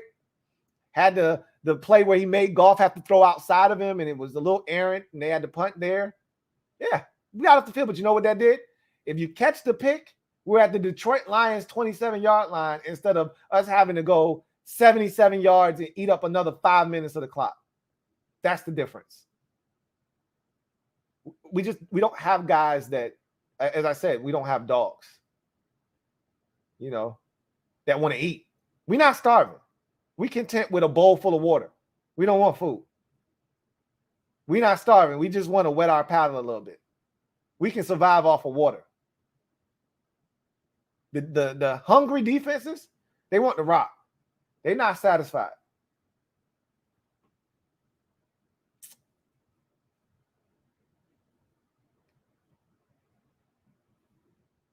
Booker, thank you for the super chat. Greatly appreciate you. Thank you for being a member of the MOBB. Booker writes, I'm officially calling for Jack's job. The defense never gets any better. We always seem to be blowing coverages. We are too talented for this. Bye, Jack. I've already sounded off on this, so I'm not going to even entertain that. Again, so easy to blame the defensive coordinator for the shortcomings of the guys on the field. All you can do as a coach is put these guys in positions to compete and make plays, and whether they make the plays or not, that's on them. Like, I can't stress that enough. It'd be one thing if we were sitting here having the same discussion we were having last year about this defense. Soft zone coverage, easy holes in the zone, guys are wide open. That's not what we're getting. That's not what we're seeing this year. I don't know what else you want Jack to do. I mean, again, it's only so much he can do. He can't go out there and play for him. He can't tell, hey, Kendall Fuller, you got outside leverage, bro. Don't let him run outside. You got help inside. Don't let him run outside.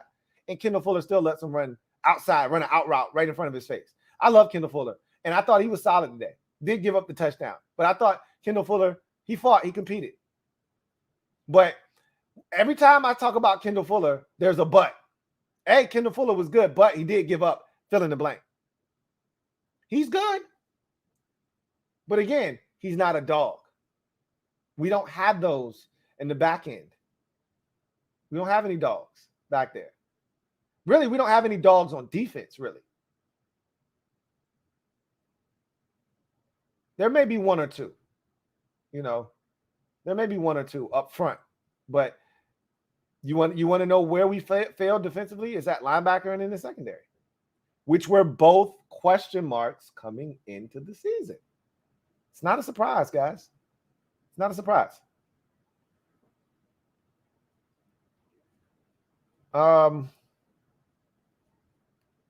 Red Wings.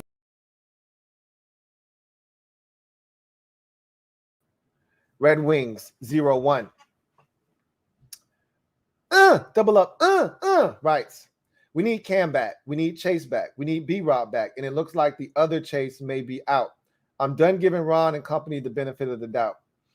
I don't know what all of those guys being back exactly is going to do. Brian Robinson got shot twice. I don't know when he returns if he's going to be the Brian Robinson pre-gunshots, right? We'll see if he has an impact or not when he comes back.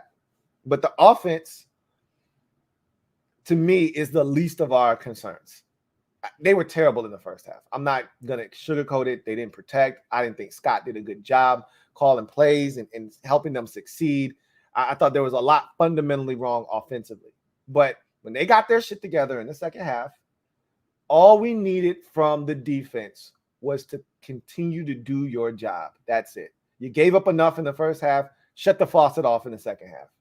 We could have won this game going away if the defense just got stops. They didn't have to force any turnovers. Just get stops. Just give the ball back to the offense. They'll do the rest. They can't stop us.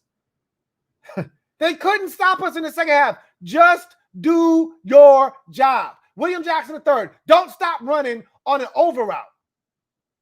Oh, shit, he's throwing the ball. I stopped. Damn, now it's a completion. Keep running. Again, that's the problem with this team, is they just never seem to be able to make the plays when it's called for, which is why it was surprising we got a pick last week, that we got to Trevor Lawrence at the end of the ball game. I was expecting us, and this is why I felt different last week. I was expecting us to settle for a field goal because that's what we do. Go for the safe play, kick the field goal, go up one, and then be sitting on our damn, edge of our seat, biting our fingernails, hoping that Trevor Lawrence doesn't get them in the field goal range. No, we scored a touchdown. We went for 2. We got the 2-point conversion, and then we got a stop and an interception. When do we do that? That's why it felt different. Then we come out with this lackadaisical effort, and then you say, okay, here we come.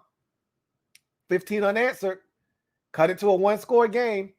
The crowd is quiet. It's silent at Ford Field, okay? They're saying, oh, shit, here we go again. They're looking over their shoulder. They're nervous. One play. Amon-Ra St. Brown, you would have thought we'd never seen a jet sweep before. Never seen a jet sweep before. How many times have you watched a jet sweep get all the way to the outside down the sideline? When do you see that? You've seen jet sweeps cut up, guy cut inside of the corner on the outside and get up the field.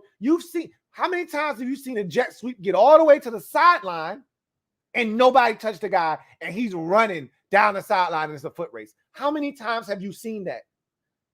I can answer that for you. Not many, because the corner is not supposed to allow that guy outside of him. That's not supposed to be available. But when you got William Jackson III, who has no clue what's going on, he doesn't even know where the football is, sidelines available, open, like 7-Eleven. Have at it. At this point, anybody that doesn't want to give Ron and company, doesn't want to give them the benefit of the doubt, I won't stop you. I won't try to convince you otherwise. This is year 3, and it's too early to start jumping down people's throats. We're 2 games into the season. But what I'm going to tell you is this is a big year for Ron. Ron knows it. He's trying to downplay it because he knows this is a big year, which is why he went out and got wins. You can't be a defensive guy, go out and get another defensive guy, and not have that side of the football be up to par. That's the shit that bothers me, is when a defensive-minded coach, and there are not many of them in the league anymore. Most of these coaches that get hired are offensive-minded dudes. So when you have a defensive-minded guy, you better have your defense playing top-notch ball. The reason you get fired shouldn't be because of your defense. It should be because you can't play offense. That's why Vic Fangio got fired. Wasn't because his defense wasn't any good. They were ready to play every week. It's because his offense sucked. I'm starting to get upset because you're a defensive guy, Jack's a defensive guy, and you're supposed to come together and figure this shit out. If a guy can't get it done, get his ass off the field, get somebody else in that can. But somehow, some way, they were okay with the linebacker position as is. And I'm really disappointed in Cole because I thought he was going to take a step forward. And he still can. The season's not over. It's 2 games in. I thought he was going to take this opportunity and run with it. He's been a ghost the first 2 weeks. I haven't watched film in this game to be able to tell you how bad he was or wasn't. I know he wasn't good last week, and I told you guys that. I'll be able to watch the film, and if you're a member of Patreon, you'll see the film, and we'll see together whether he was good or not. I can tell you, I'm going to guess and go out on a limb and say he wasn't very good today. So they decided that the linebacker position was fine. They didn't need to do anything. Just going to upgrade Cole, minimize Jamin's, versatility, and just limit him to one position, and we should be fine at linebacker. Okay. You say so. You say so. All right, corners. We should be fine. We don't need to draft any corners till the 7th round. Okay, we should be fine at corner. You sure about that? Yeah, we're good. We're good. Okay. If you say we're good at corner, I believe you. You sure? All right. We'll see. I get it. If you don't trust him, I get it. Mr. Ron B.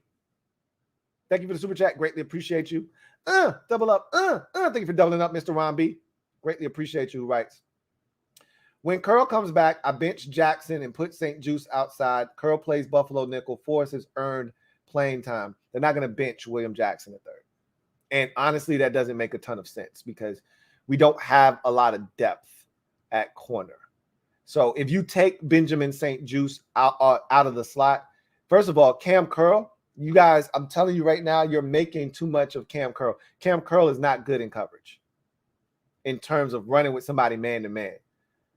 Forrest has been getting beat in man-to-man too, but at least he's fast. Cam Curl is not fast, okay? He's great in underneath coverage and zone and reading the quarterback's eyes and doing all of that stuff. But we saw in the preseason before he got injured, he was struggling with Cam Curl. Like, don't make Cam Curl into this larger-than-life figure at the safety position. Like, let's keep it in its proper perspective. Cam Curl is a solid football player. Cam Curl is not a Pro Bowler. He is not an All-Pro. Let's not make him out to be, okay? Benching William Jackson III, and then, you might be creating two problems. Who knows what Juice will do outside? I wouldn't be necessarily opposed to that if we had a real option inside, but Juice might be our best option inside. And if you take him out of the lineup, you might be creating a problem inside. We already got problems inside, and it might be even worse if you take Benjamin St. Juice and put him outside. You might clean up outside a little bit more. But I don't know. Look, you know what, Mr. Ron B? At least you're trying to come up with a solution. I can't be mad at that. Okay? At least you're trying to fix the problem. It may not be the right solution, but at least it's another option. Damn it. Something has to be done. I just don't know what at this point.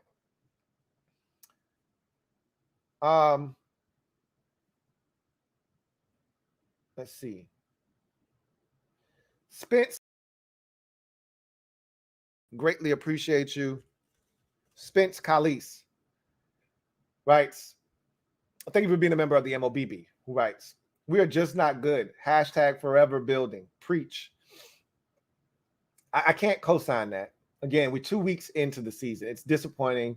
I'd be lying to you if I told you I wasn't disappointed with, what happened tonight or this afternoon. I didn't see us giving up 36 points. I didn't see us being down 22 points at halftime. I didn't see us coming out as flat as we did.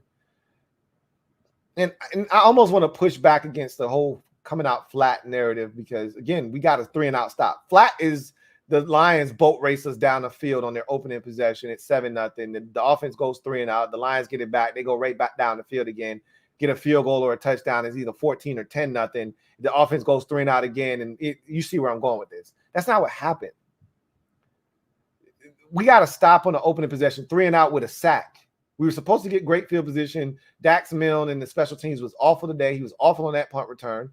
Instead of us getting the ball at the Lions 40-yard line or 35, we were still at our own 30-yard line. That's not where we should have been starting that drive from. Okay, fine. You started your own 30. And Wentz, again, I thought he lacked, spatial awareness early in the game. He's running around, and, I didn't like the play calling, first of all. The first play, you get a 4-yard completion. I'm like, okay, I like that. Now it's 2nd and 6. And then I think we tried to run on 2nd down to no avail. And now it's 3rd and 4 maybe. And Wentz tries to tuck it, and he's running into his own lineman. He looked out of sorts, and he ends up getting sacked. Back to the line of scrimmage, but 4th and 4. You got to punt. Okay. Lions get it.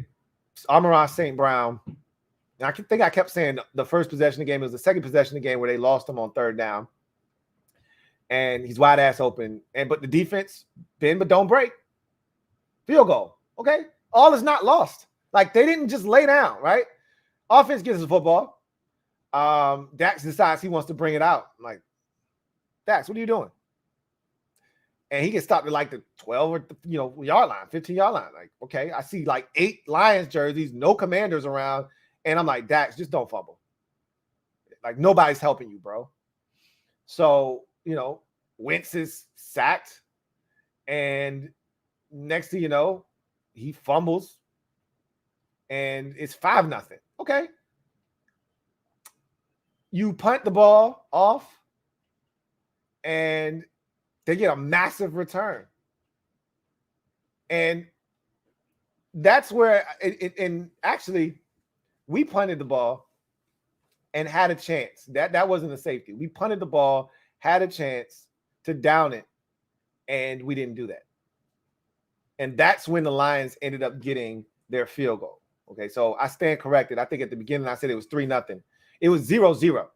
We had a chance to pin them inside the 5-yard line, 0-0 after the first, punt of the game, and Sip decides he wants to down it himself, dive on the damn ball. That's the stupidest thing ever. You're running 104 miles an hour. You're not going to be able to stop. Just when you land on the ground, you're not just going to stop.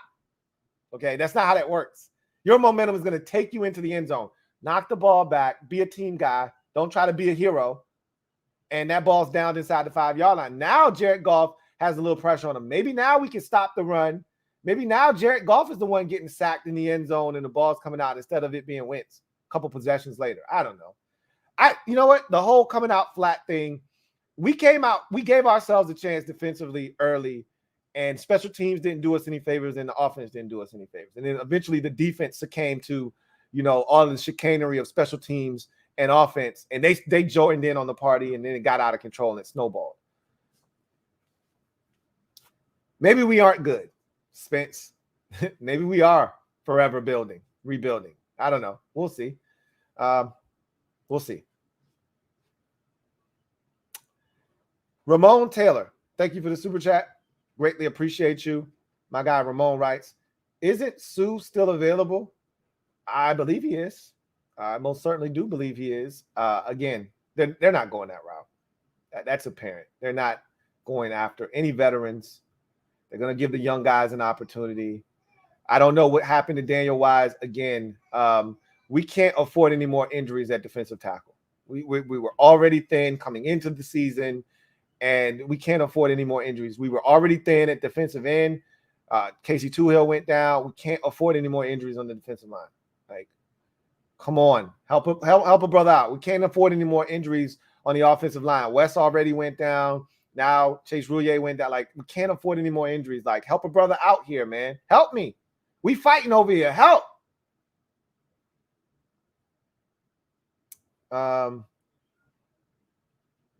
Let's see. Mr. Ron B, thank you for the super chat. Greatly appreciate you. My guy, Mr. Ron B, writes, extremely disappointed with our lack of physicality, both on the O-line and D-line. We got work today. Coaches, too. As am I. I was disappointed, and that's why I said it was one of the most disappointing showings, because the Lions, you could tell they wanted it more than we did. They needed it. We wanted it. And they were just more physical than us. They beat us to the punch. They hit us in the mouth. On both, as you mentioned, on both sides of the football in the trenches, and we couldn't get to the quarterback. And this, remember, this is a Lions patchwork offensive line. Jonah Jackson, their starting guard, didn't play.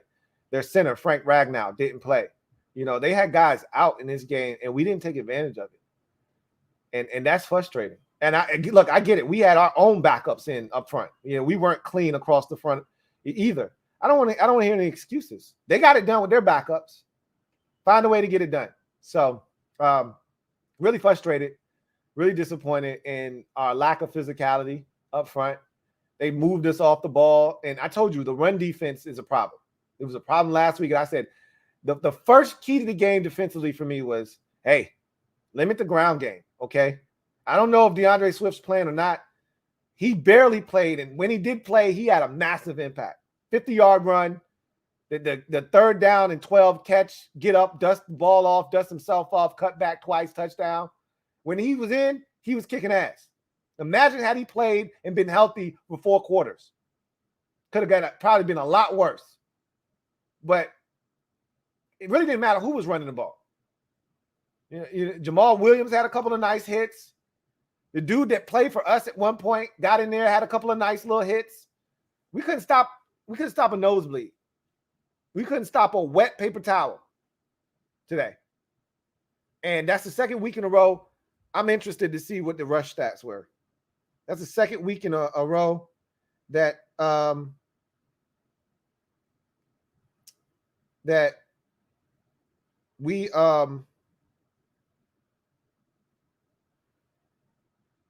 didn't stop the run.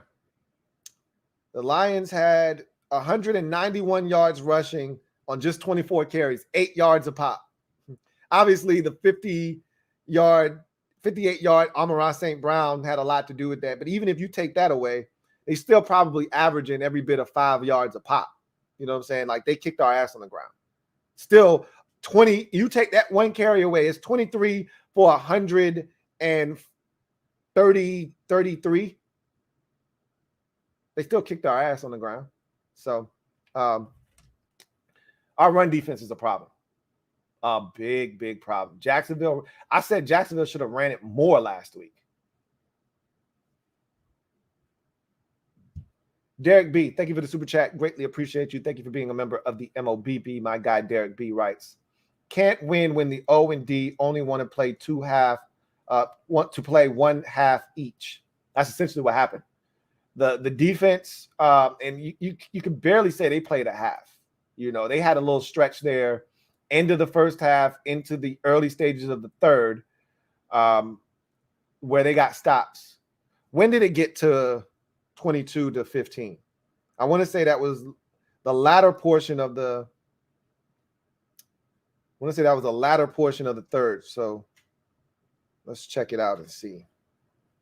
We scored our 15th point with 2:58 left in the third. So from the back end of the first half to the 2:58 mark of the third quarter. So essentially they played a quarter because they came out at the beginning and they gave us a chance. But by the time we got to the end of the first quarter, it was, I want to say it was 15-0 already in the first quarter, if I'm not mistaken. So they fought their asses off.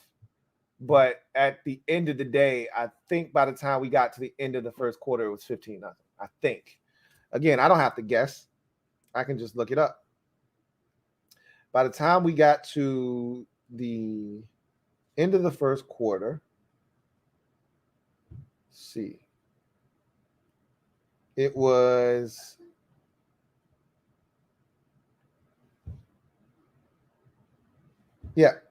first quarter was 15-0. So I can't even give the defense a half a ball. I would love to give them a half and say, hey, yeah, they gave us a half. I can't even give them credit for that. The offense, they gave us a half. They didn't get stopped in the second half at all, but the defense didn't do its part. Special teams was terrible the entire game. So they were a part of the problem as well. So it's just that's frustrating, man. That's just frustrating on all accounts.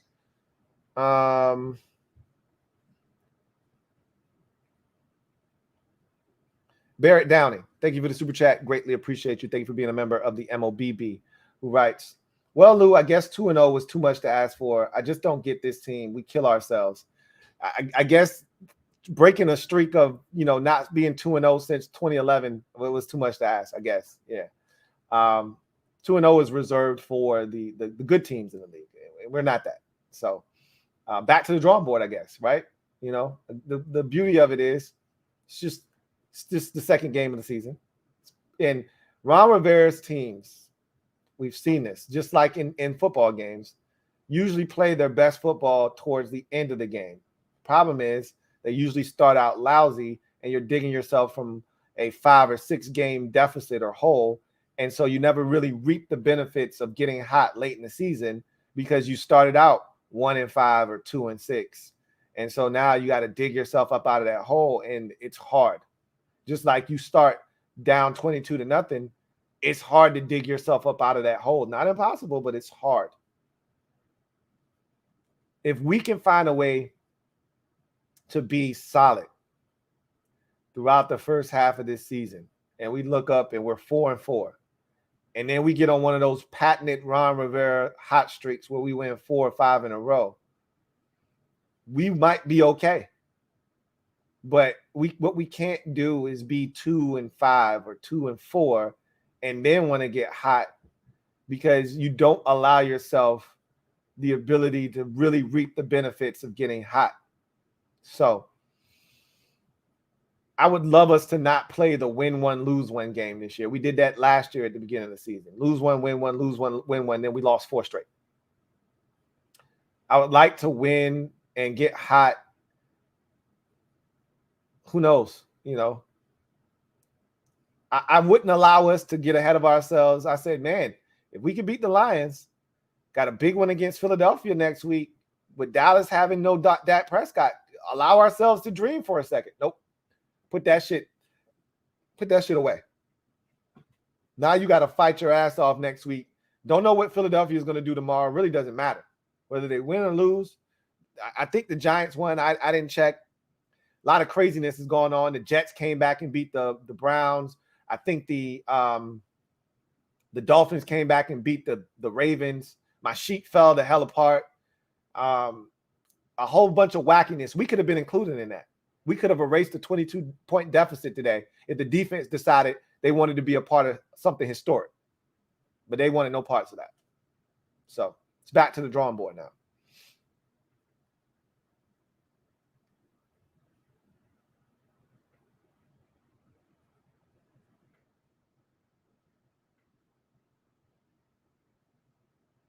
Eric Scott, thank you for the super chat. Greatly appreciate you. My guy, Eric Scott, writes, not on Wentz. Bad game planning by Scott Turner, and I'm convinced defense is solely on Del Rio. Yeah, this wasn't a Carson Wentz problem. He did miss the throw to Logan Thomas over the middle of the field high. That's his thing, missing high, and that'll get you in trouble, especially over the middle of the football field. But Wentz gave us a chance in this game. He fought. Wish I could say the same about this defense, but Wentz fought. And Scott Turner, I thought it took him way too long to get this offense going and get them into some type of a rhythm. And the defense, I mean, if you want to blame Del Rio, knock yourself out. I'm not co-signing that. I can't bring myself to put all of the blame on Del Rio when the players keep making mistakes over and over again. Now, you could make the argument, hey, y'all put David Mayo on the field on 3rd and 2 thinking they were going to run it and they threw it. Yeah, that's on y'all. That's on the offense. That's on the coaching staff. You know, again, there's only so much I can put on Del Rio's plate, and I'll take a look at the film and I'll have a clearer picture of how I feel right now. Just off of first blush, watching the game, I'm not willing to put this in Del Rio's lap. The first 2 years, you know, the first year he got here, the defense was good. A lot of that was the opponents that we were playing. Last year, I was willing to put a lot of the blame on Del Rio because we were watching the same defensive coverages over and over again. First of all, our guys aren't great in zone coverage. We don't do a great job of pattern matching and running with guys when they come into our zone. And so if you see that as a problem, then you have to change. But if we're not good at man-to-man, you can get beat a lot worse in man-to-man than you can zone. So if you're not good in man-to-man, then you have to play zone. Well, I was like, well, we need to blitz. We need to do something. Change up what we're doing because clearly what we're doing isn't working. Well, he's doing that this year. I can't be mad at Jack when I asked him to blitz and he's blitzing and the players on the field aren't responding. I don't really know what to do at this point. If, you know, you play coverage and they're still getting open, you play man and they're still getting open, and you blitz and they're still making plays, I don't know what you want Jack to do at this point. You can only do what you can with what you've been given. So we'll see what happens.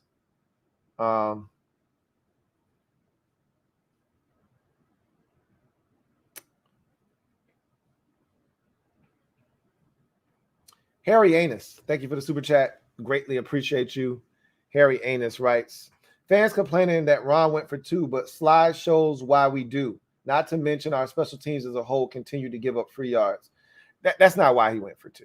He went for 2 because of the analytics. I've already explained that, but Slide just got to make the kick. A lot. It's going to be magnified now.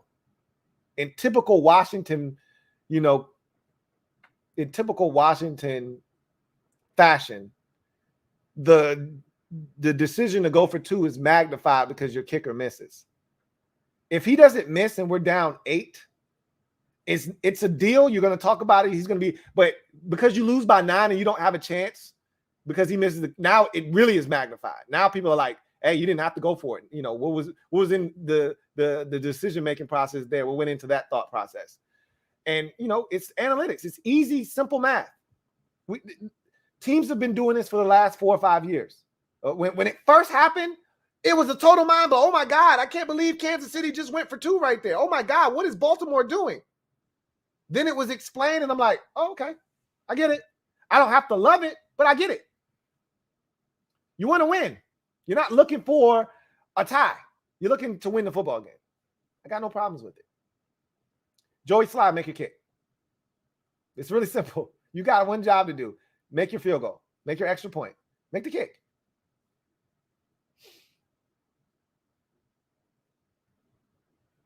Rob Yu, thank you for the super chat. Greatly appreciate you, my guy, Rob Yu.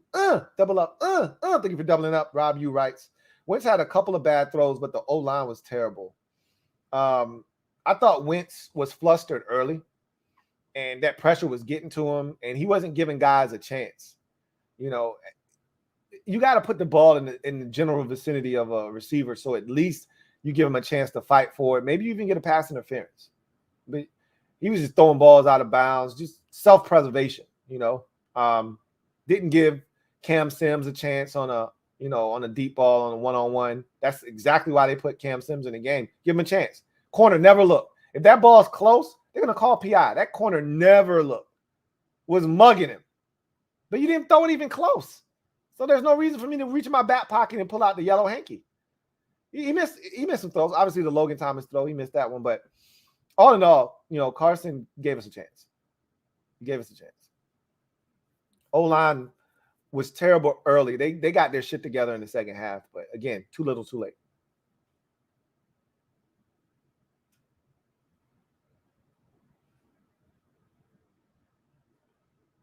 Rob Yu, thank you for the super chat. Greatly appreciate you. My guy Rob Yu writes, Schweitzer needs to start at one guard spot. Again, Schweitzer's hurt. So really don't know what's going to happen there. That's why I'm hoping Chase Roullier isn't out for a substantial amount of time because remember, Schweitzer is out with a hamstring. So getting a little thin, on the line, inside at least.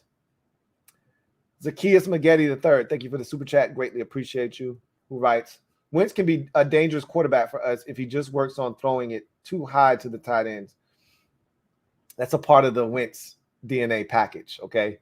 That's always going to be something you have to deal with. He's going to airmail, 2 or 3 throws a game, period. You just got to hope they don't get picked off. But again, we traded for Carson Wentz, 7 touchdowns, 3 interceptions in his first 2 games. If you would have told me that Carson Wentz was going to throw 7 touchdowns in the first 2 games of the season, I would have told you we're 2-0. It's not Carson Wentz. That's the problem right now, guys. So, he's doing his thing. 7 touchdowns, 3 interceptions. You would like that interception total to be a lot lower, but right now he's on pace for 56 touchdown passes. if you times the number by 8, actually, what do we have? 14 games left. 17, so 15 games. So you would times that. Let's call it by 7. So 49 touchdowns, probably about 52 or so, and 21 interceptions. It's not going to keep up. That pace isn't going to keep up. But anyway, I digress. Wentz is far from the biggest problem on the team right now. Chris Lee, thank you for the super chat. Greatly appreciate you. Chris writes, the offensive line was atrocious. Charles Leno was getting beat like a drum, and Chase Roullier went down. Might be in for a rough season on the O-line. Could be. We'll see. There was one play.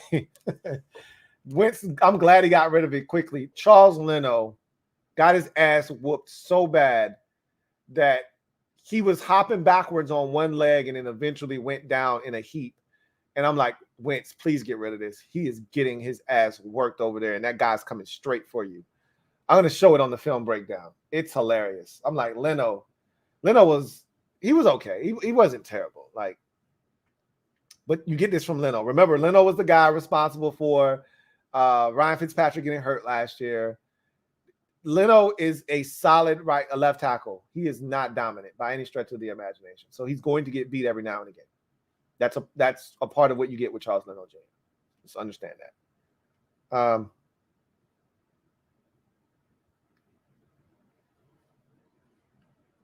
Just Andre, thank you for the super chat. Greatly appreciate you. Just Andre, thank you for being a member of the MOBB who writes, at least Jahan played good. We got a dog. Where are all those fans that said he was overdrafted? I think most of those fans realized very quickly that they were wrong about Jahan and they got on board. So I don't think there are many of those out there that thought that that was a wasted pick or that they made a mistake. Jahan is definitely a dog. Another touchdown grab for him today. Also had a 2-point conversion. I think he had about 5 catches in the game. He including a deep one, like a 40-yarder or so. That was the one that really jump-started the offense. I don't know how he held on to that. That thing was down by his waist. Somehow he was able to hold on to that ball. Then had the touchdown late where he got up slow. Yeah, he's a problem. Love that kid. And look, Terry was good. You know, he had to go dig one out on a deep ball going across the field. Curtis took a shot on a touchdown up the sideline. Like, we got dogs at receiver. That's, again, offense isn't our problem. Logan had another touchdown today. The receivers, you know, Curtis had a touchdown. Jahan had a touchdown. Like, skill position-wise, that's not the issue. I've already said this. Offense, if we could just protect up front, there won't be many teams that can stop us. But what did we not do in the first half? We didn't protect. And that's what's going to undo us offensively. If we can protect Carson Wentz, there aren't many teams that can stop our passing game because we just got too many weapons. Now, defense, we said this before the season started.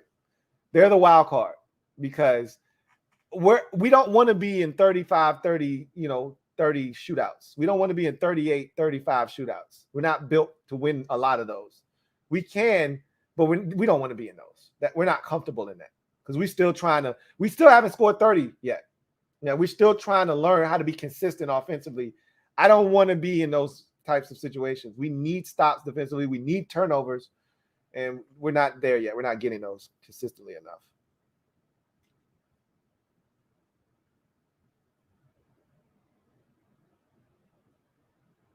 Metaphor, thank you for the super chat. Greatly appreciate you. My guy, Metaphor, thank you for being a member of the MOBB writes, sitting naked on the leather couch, black clothes gone. That's TMI right there, man. I don't need to know that. I was really disappointed in the first half. Like I said, that was as disappointed as I've been watching the first half of the game, and if not ever, in quite some time. With all the expectations, with all that was riding on this game, I talked about it. To come out and play that way in the first half, never would have thought in a million years that's how we would have come out in this game. Kenneth Brown, thank you for the super chat. Greatly appreciate it. Thank you for the super chat, Kenneth Brown. Rob Yu, thank you for the super chat. Greatly appreciate you. Rob Yu, who writes, Jahan is legit and D4s might be the best tackler on the team. You got no pushbacks from me on either one of those. I think Derek Forrest is as solid as it gets, and it's crazy because I wasn't a Derek Forrest tackling fan. Remember, I talked about him overrunning and being out of control and all of that good stuff. Well, he's quelled some of those issues for me. So at the end of the day, Jahan is legit. If you figure nothing out the first 2 weeks of the season, other than this, if you figured out nothing else, you should have figured out this in the first 2 weeks. This offense is everything that we thought it could be. Now they've just got to be consistent. 4 quarters. We haven't put together a 4-quarter game. We played offense for 2 quarters and we scored 27 points. Let that sink in. Last week against Jacksonville, we played offense for the first quarter and the fourth quarter, 2 quarters. So 2 quarters last week, 28, 2 quarters this week, 27. If we play 4 quarters of football offensively, 40 points? I'm not saying, I'm just saying. That's the problem offensively. But if nothing else, you've got to understand that this offense is what we thought it was. And in that same breath, the defense is what we thought it was. And that's problematic too, because we thought it might be bad and it is. So,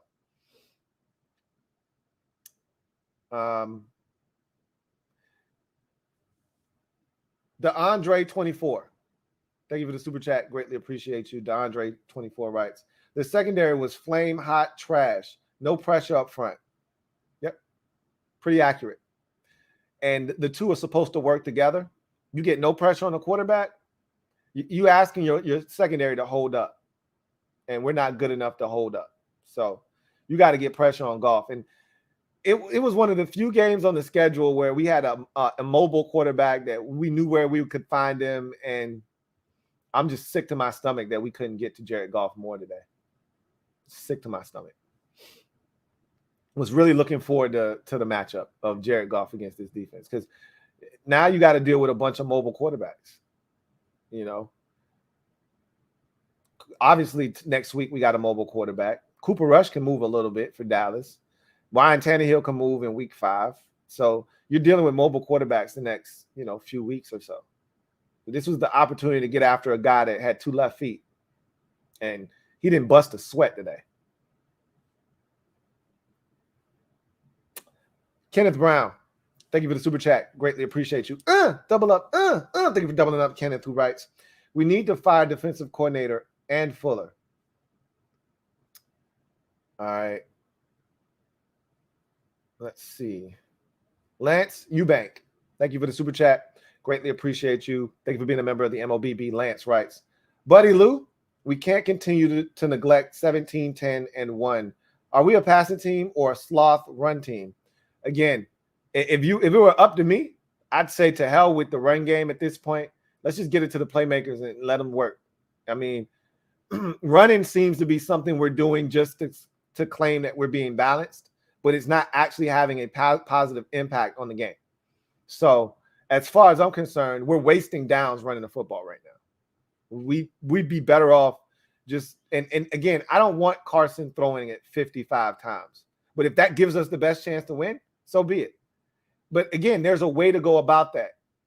Carson can throw the football and have it be an extension of the run game. If the run game is going to get you 2 yards a carry, you might as well throw it and get 4 or 5 yards. Why waste your time with a 2-yard carry? Because all that's doing is putting you in 3rd and 8 after an incompletion on 1st down. So I wouldn't call it neglect. Let's look at the targets.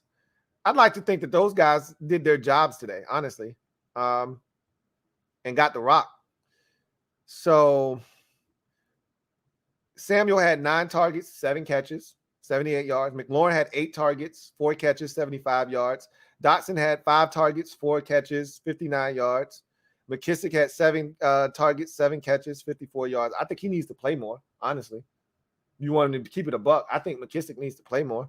Logan Thomas, 5 targets, 3 catches, 37 yards in the touchdown. So as far as I'm concerned, last week, 7 guys caught the football, 10 guys were targeted. 1, 2, 3, 4, 5, 6, 7, 8 guys caught the ball today, and 9 guys were targeted. So as far as I'm concerned, they didn't neglect those guys, but could they have gone to them sooner? You're damn right they could have. That was my problem in the first half is why aren't we getting the ball to our playmakers sooner? I get it. You want to push the football down the field against this Lions secondary, but it's a time and place for everything. At this point, let's just get it out of Wentz's hand. The Lions struggling. Let's get it to the playmakers and see what they can do. Anyway. Billy A, thank you for the super chat. Greatly appreciate you. Thank you for being a member of the MO. Billy, I hit that damn button one more time. I'm going to be pissed off. Thank you for being a member of the MOBB who writes, Jack got to go. Was comp our game and Dolphins? I have no idea what that was. He says, made me realize we are so far from being competitive in this league. Even if we go 11-6, don't matter. We just be the best of the worst because we're not beating the best. This whole comment, Billy, not one of your best comments. Just keeping a buck with you.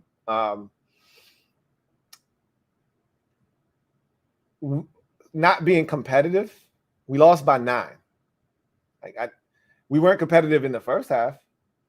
The Lions didn't coast to a victory in this game.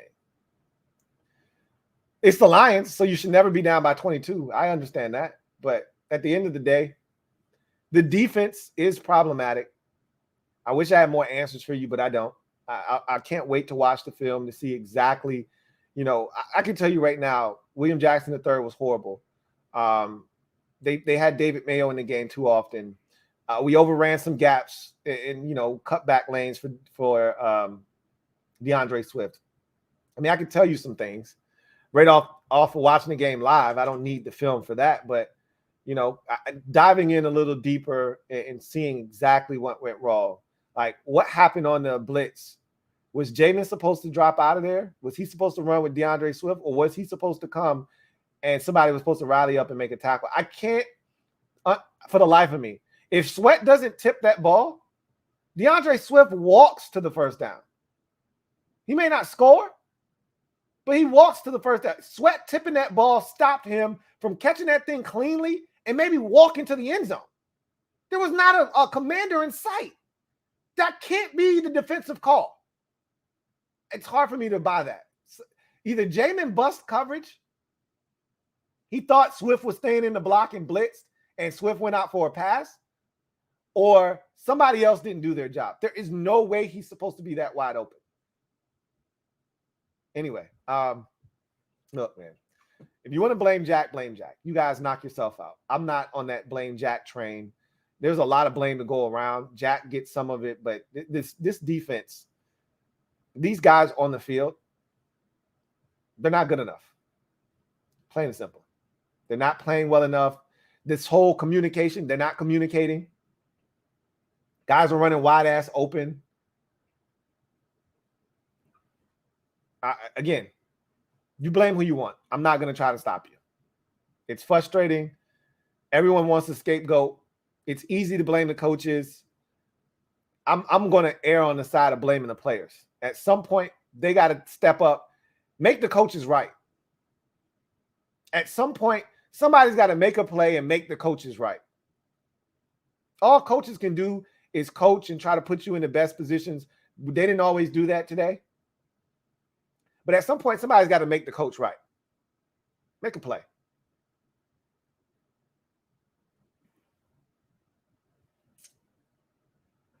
Alex, thank you for the super chat. Greatly appreciate you. My guy Alex writes, hey, Mega, 12-5 still, Lou? It's still possible. We only lost one game. Highly unlikely. You lose to Detroit, it's highly unlikely that you're going 12-5. But to my knowledge, we haven't lost 6 games yet. So, yeah, 12-5 is still doable. Absolutely. Got a big game against the Eagles next week. So you just take them one at a time. We don't play 5 of them at once. So this didn't count as 5 losses. Just counted as 1. So, yeah, technically speaking, 12-5 still on the table. Is it likely if you can't beat Detroit? Probably not, but we'll see. A lot of football ahead of us. Let's see. Stephen Howell, thank you for the super chat. Greatly appreciate you. My guy, Stephen, writes, I've said this the last 2 years. Turner has no feel for momentum or situational awareness for calling plays. Didn't like the clock management on the final drive. Me and you both, Stephen. That was awful clock management. And I didn't have a problem with the drive taking as long as it did. You take what the lines are giving you. and you keep working JD underneath, and you keep working the receivers, Curtis underneath, and you just keep getting what they're giving you, right? You just take what they're giving you. But once you get inside the 10, now we got to start taking shots at the end zone. We got inside the 5. We got to like the 3, and there was about 2:40 left, and we decided to run our favorite run, you know, a inside gun run to Gibby, right? They stopped us at the 1. At that point, the next snap was taken with 2 minutes and 12 seconds. At that point, you should be throwing from there on out, because the next snap that you're hoping the Lions take is on the opposite side of the 2-minute warning. You do not want, that's a wasted timeout, essentially. And by them running again, it showed lack of awareness, because they thought they were going to get in. And he was using it as a timeout. If we don't get in, it's not going to hurt us because the clock's going to stop. Bullshit. Bullshit. It did hurt us, because at the end of the day, you want more time. You want more opportunities, not less. So once you got down there and there's 2:32 left, all right, shot to the end zone. Incomplete, 2:28 left. Next snap, shot to the end zone. Incomplete, 2:25 left. 2:30 or 2:21 left. Third down and goal from the 3. Then we're going to keep repeating, rinse, and keep that cycle going. No, run it, 2-minute warning, and then you get in on a throw. You could have done that same throw on first down. Could have did that same throw on second down. And been on the right side of the 2-minute warning, kicked it off, and again, he missed the extra point, so what difference would it have made? It wouldn't have made any difference. But we didn't know he was going to miss the extra point. I'm with you. Situational awareness, clock management on that last drive was just horrendous.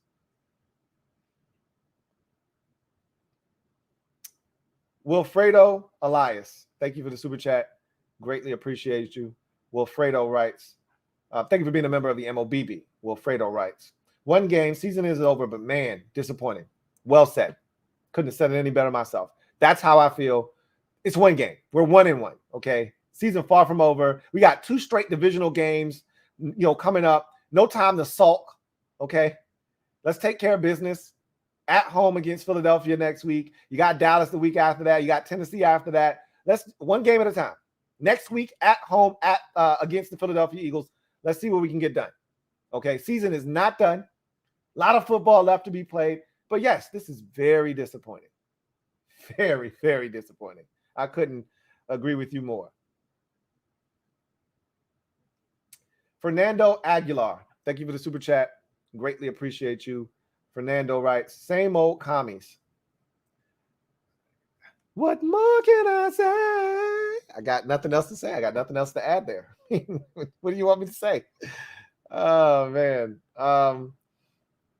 Alex Mom gave. Okay, guys, come on. Cut your foolishness out. Thank you for the super chat. Greatly appreciate you. Thank you for being a member of the MOBB writes. All right. I'm not reading that. Get out of here with that nonsense. Kenny Davis, thank you for the super chat. Greatly appreciate you. Double up. Thank you for doubling up, Kenny. Greatly appreciate you. Writes, not saying Wentz is bad, but I think Heineke is more of a threat for us back there with his versatility. Nah, Kenny, that ain't it, bro. That ain't the comment right there. I couldn't disagree with you more. That ain't it. Heineke's legs are more of a problem than Wentz's are, but there's no mistaking this. Heineke can't make half of the throws Wentz can make. I'll take my chances with Wentz 10 times out of 10 over Taylor Heineke. Heineke is exactly where he's supposed to be, on the bench, backing up Carson Wentz.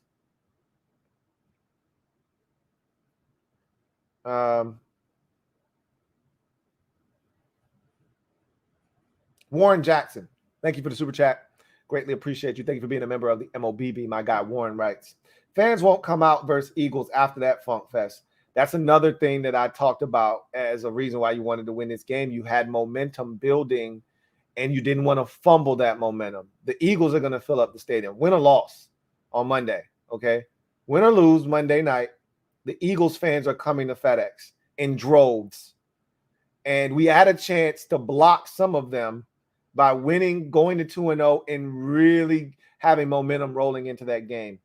Effectively, what you've done is you've halted any momentum, any growth, and you've stunted that, and now the Eagles are going to come in, and at a bare minimum, it's 50-50. It might be 60-40 Eagles. And I may be a little bit over the top. They're going to have at least 40% of the fans there. I can guarantee you that. At least 40, if not more.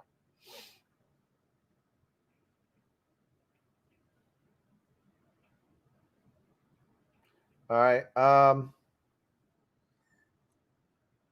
Let's see. Fernando Aguilar, thank you for the super chat. Greatly appreciate you.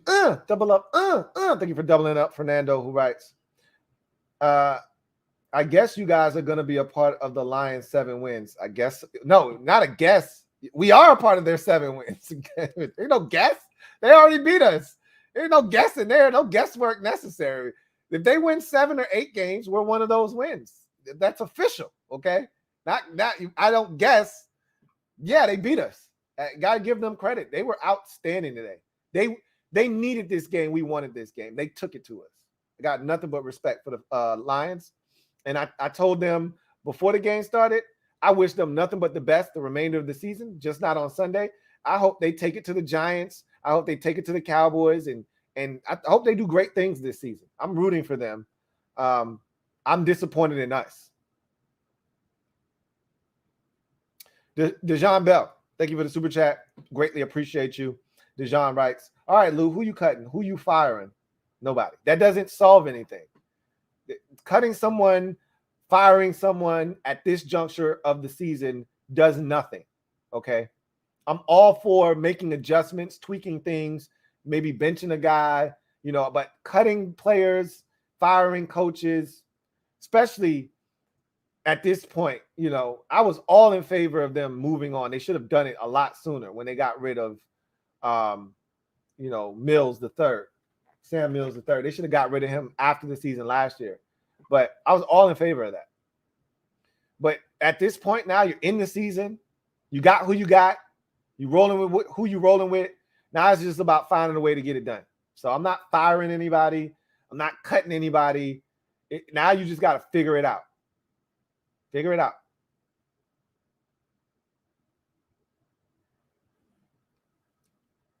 Bloodshot Sports, thank you for the super chat. Greatly appreciate you. Bloodshot Sports writes, everyone has a plan until you get punched in the mouth. We couldn't get into the script because we couldn't block them early. Facts.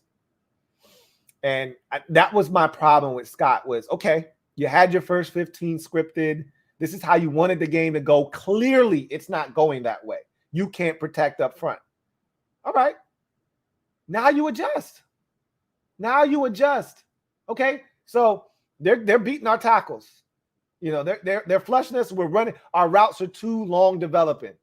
Let's get into something a little quicker. Let's help our tackles out a bit. It took him too long to get into something. And again, my idea of helping your tackles isn't running a bullshit ass screen. Oh, fake the screen this way, and we're going to throw it to the running back. Like, we don't run running back screens very well. That's not our forte. I'd much rather get at the Curtis Samuel. How about a jet sweep and not wait till 4th down and inches to run it? How about a jet sweep? We struggling to run the ball? Okay, let's get the run. Like, Curtis Samuel had like 3-4 carries last week. Did he have a single carry up until that little reverse action we gave him? Did he have a single carry in the game other than that? Like, what happened to him being a guy that was a part of the run game? Like, I agree. Colton Wheeler, thank you for the super chat. Greatly appreciate you. My guy, Colton Wheeler, thank you for being a member of the MOBB Rights. Been a Washington fan for a long time, and this was easily the worst half of football I've seen. Defense was terrible, as was the offensive line, and special teams was equally as tragic. Yeah, I second that. I felt exactly the same way. Like, I've seen some bad football. There have been some bad halves. I don't want to make it out to seem like there haven't been other halves of football that have been equally, if not worse, from a score perspective. We were down to the Giants 36-0 or 30-0 at halftime. We were awful that year. We were supposed to get our asses reamed. Mark Sanchez started that game at quarterback. What did you think was going to happen? Like, it's different when you have no expectations and you get your ass kicked. We got our teeth kicked in a game that we said was huge, with an opportunity to do something we hadn't done since 2011, with an opportunity to help change the narrative. These are all things, build momentum for the week 3 game at home versus Philadelphia. There were so many things on the line, and that's the effort you come out with? That's the best you got in the first half? Yeah, that was some of the worst half of football that I've seen this team play. With expectations. Absolutely. Trust me, there have been a lot of ass whoopings that we've taken. But I don't think the expectation was as great in some of those games.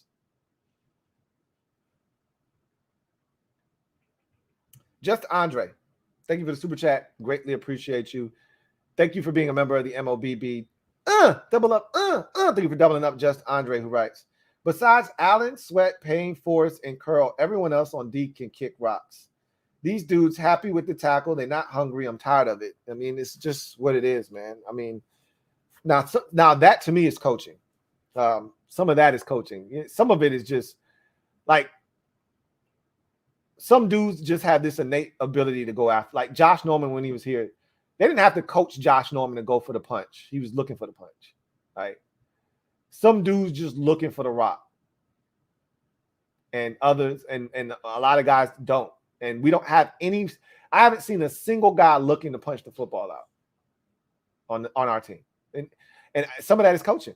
You know, sometimes you got to coach these guys up. Have a period every week where you just, they called it turnover Thursdays. That's bullshit because we don't get any turnovers. But have a period where you focus on nothing but punching the ball out. That's your thing. And then you have to take it and translate that to the field. They don't seem to bring that to any game. If they're working on it in practice, I damn sure as hell can't tell. Because we don't even see attempts at the ball.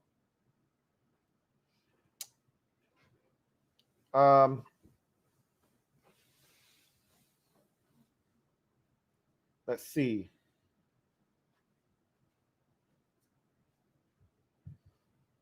King of the North, thank you for the super chat. Greatly appreciate you. My guy, King of the North, thank you for the being a member of the MOBB, writes, Scott needs to scrap whatever game plan they had in the first half because Wentz and company look uncomfortable as hell. Try calling plays we run well instead of what should work against the Lions personnel. So I agree with the first half of your statement, not the second half, because you design a game plan to take advantage of what a team doesn't do well. And you try to incorporate the things you do well. That's what game planning is all about. You look at what a team's weaknesses are and you try to attack those.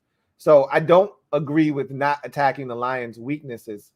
But at the same token, you've got to adjust quickly in this league. You can't wait until it's too late to adjust to what's being done to you. And obviously, again, I got to watch the film. I don't know if there were long developing routes or what was happening, but it wasn't working. You know, either guys weren't open, Wentz wasn't seeing it, or a combination of the two, and Wentz also was under siege. Either way, you needed to do something else a lot sooner than you decided to do it. And that's the frustrating part. Move the pocket, bootleg, get an easy completion. Like, these are things that are possible. You can get under center, you can bootleg, you can get a tight end sifting across the formation and dump it to him out in the flats and get a gain of 6 on first down. That's allowed. You're able to do that. You can motion Curtis Samuel into the backfield, fake it to Gibby, and then pitch it to him and get Curtis Samuel out in space on the edge. That's allowed. Be creative. Find ways to help this offense get off to better starts on first and second down so that we don't end up in third and forever. And now you have to have the offensive line protecting for 3 seconds, and they weren't capable of doing that in the first half.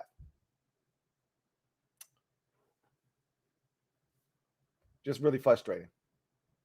Billy A, thank you for the super chat. Greatly appreciate you. Double up. Thank you for doubling up. Billy A, who writes, thanks for speaking O-line truth. People are going to blame Gibby. I mean, he wasn't great either, but there was nowhere to run.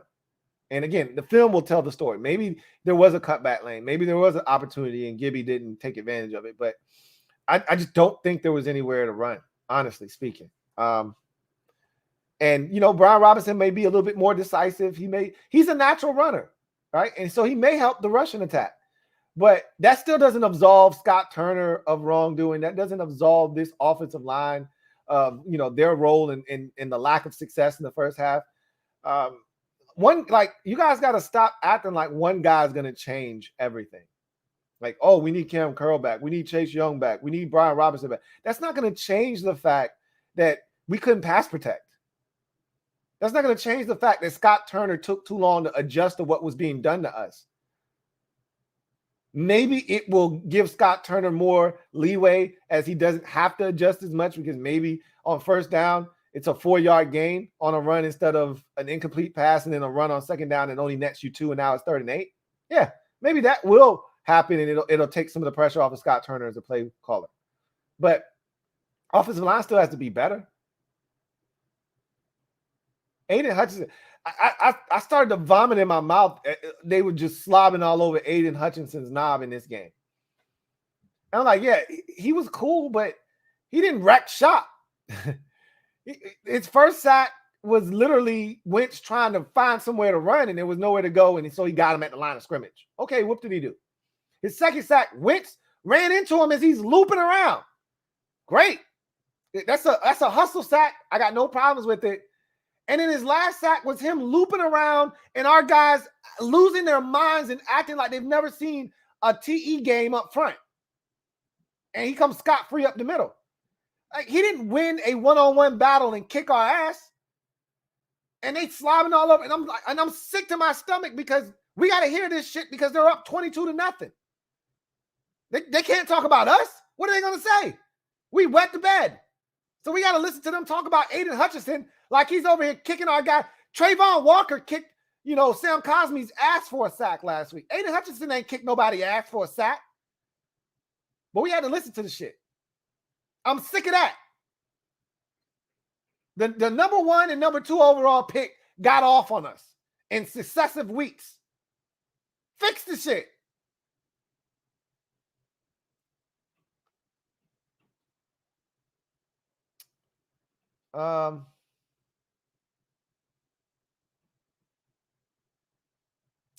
Let's see. Jonathan Smith, thank you for the super chat. Greatly appreciate you. My guy Jonathan writes, getting B-Rob back won't help. The blocking scheme sucks. I don't love it. I told y'all when Scott Turner got here, I don't love his run scheme. I don't love gun runs. I don't love that inside zone run that we love to do out of gun. I don't love it. And I will never love it. It's his offense. I got to live with it. It is what it is. I'm a big fan of his pass offense, not a huge fan of his rush offense. So it is what it is. At this point, I'm not going to cry over something that, as long as he's here, isn't going to change. We just got to take it for what it's worth. Let's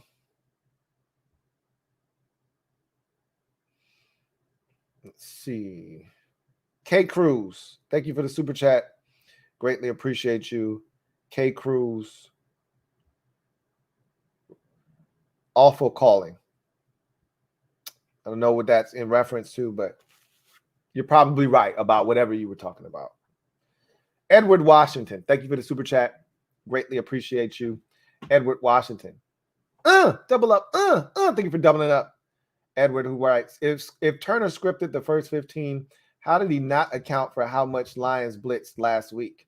And when it wasn't working, he needed to abandon the scripted plays and adjust. Yep. Exactly.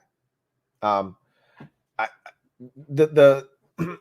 don't worry about what they did a week ago. That the coaches, that's definitely their job to take that into consideration. My biggest pet peeve as a fan, I'm on the outside looking in. I wasn't in the meetings all week. I didn't help put together the game plan. None of that. My biggest problem is, okay, you put together your 15 to start the game off. It doesn't go the way you want it to. When are you going to make the adjustment? That's the thing that bothers me, is that we shouldn't have to sit through an entire half of football where we can't get a first down. Like, when did we get our first down? Did that not come until like the late stages of the second quarter? We had 52 offensive yards in the first half. The Lions had like 260 yards of offense in the first half. They had 200 in the first quarter. If not for the defense finally waking up midway through the second quarter, they would have had 300 yards of offense in the first half. We have 52 yards at halftime. That's inexcusable. We weren't playing the 85 Bears today. That's inexcusable. That makes zero sense to me. King of the North.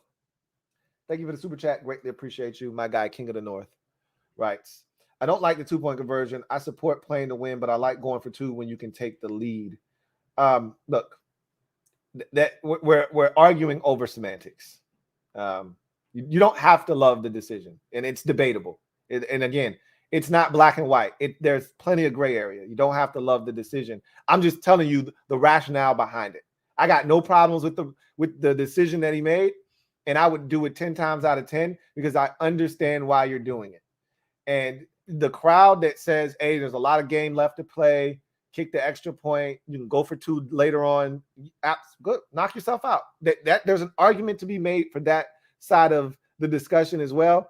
And again, to each its own. But we're arguing over semantics. Tomato. If you are in favor of going for it after kicking the extra point and then being down, 8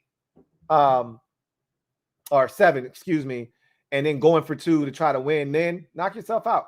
So this is what the analytics says, right? The analytics says if you do it the way you just referred to it as, which is kick the extra point and then go for 2, then there's no chance of you tying the game. You lose if you don't get it. You lose. Whereas the analytics says if you go for 2 the first time, you don't get it, there's still another chance for you to go for 2 to tie the game. You don't lose the game, right? So that's the dynamic there, is you give yourself 2 opportunities to either win or tie, whereas you're just giving yourself 1 opportunity to win the game, right? That's it. If you go for 2, you got 1 opportunity. If you kick the extra point, it's tied.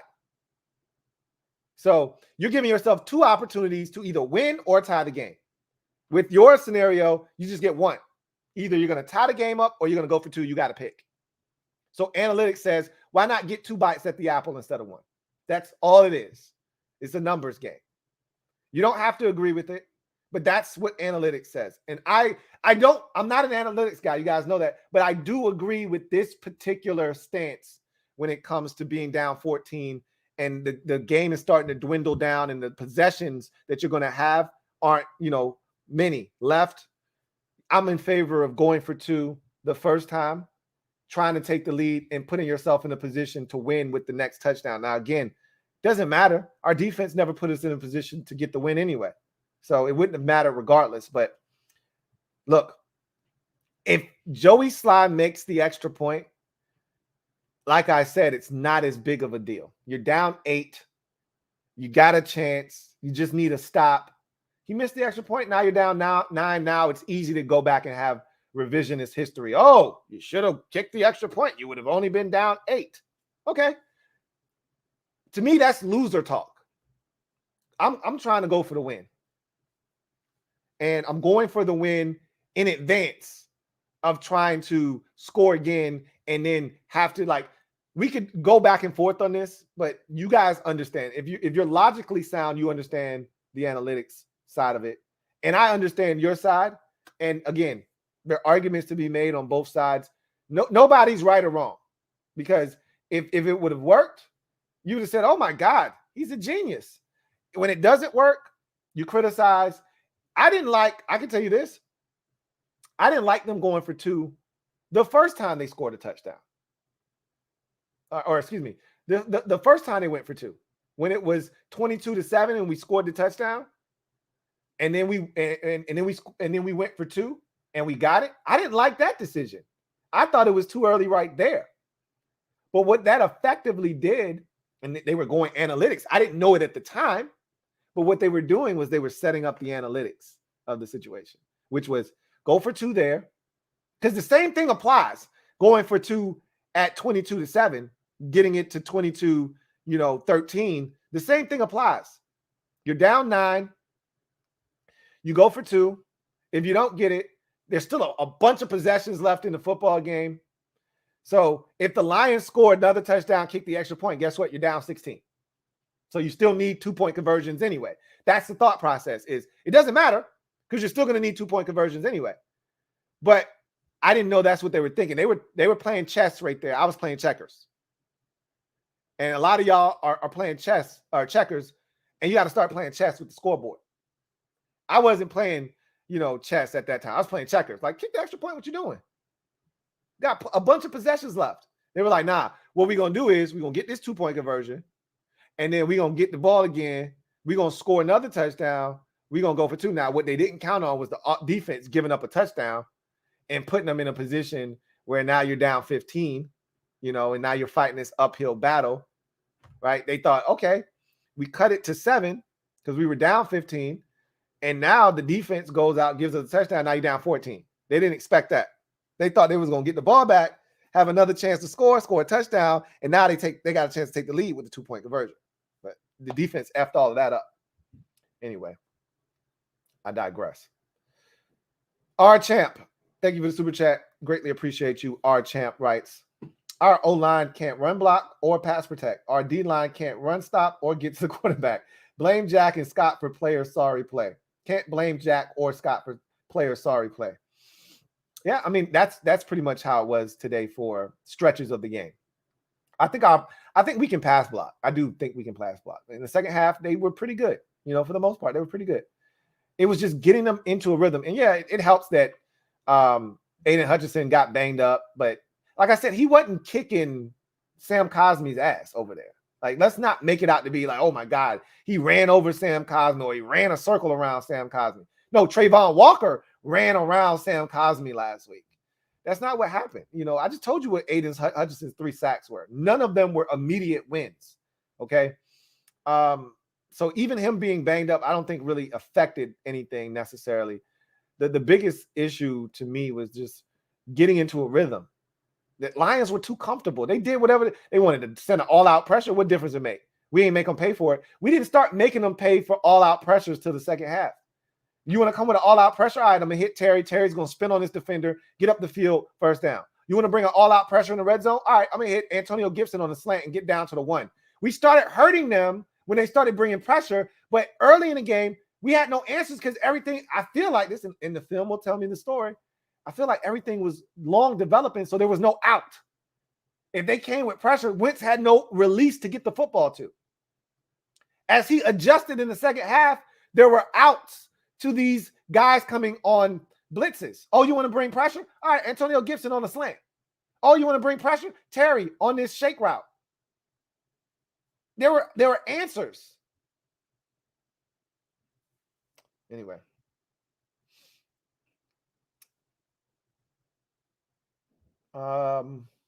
K Cruz, thank you for the super chat. Greatly appreciate you. Double up. Who writes, let's talk about the corners. I mean, I've talked about them already. They're not good enough. This was one of William Jackson the third's worst game as a Commander. And he didn't even give up a pass interference. He didn't get beat, for a 60-yard touchdown. Last year, he was a walking PI. That didn't even happen in this game. He was so lackadaisical on the corner that he hurt us in ways unimaginable. You don't even think about, because corners just usually are out there where they're supposed to be. This man was so far inside and didn't even know the ball was coming his way until it was past him. I mean, it's hard for me to even wrap my brain around how lost he was on that jet sweep. And then, the touchdown pass, he's diving sideways instead of jumping up. He was off balance. He didn't even have to jump yet. That ball wasn't even close. He could have gathered himself and went up and made a play. He panicked, jumped sideways, and Amon-Ra St. Brown was like, oh, okay, cool. Boop. Thanks. Then the TJ Hawkinson play where if he keeps running, he's going to walk in front of that thing and pick it off. But he stopped. Oh, he ain't throwing it to TJ, and then he does throw it to him. And he hurt us, man. He hurt us big time today. Kendall Fuller gave up a touchdown. Again, he battled like he always does. He battled, but it's always one or two plays where you go, come on, Kendall. Come on, bro. I thought Juice was our best corner today. He tackled well. He defended the ball. He almost had a chance at a pick. He gave us a chance. I mean, that's it. I mean, that's the extent of the corner talk. Really, it's not good enough. But you know what? They could get some help by pressure being up front. That wasn't good enough either.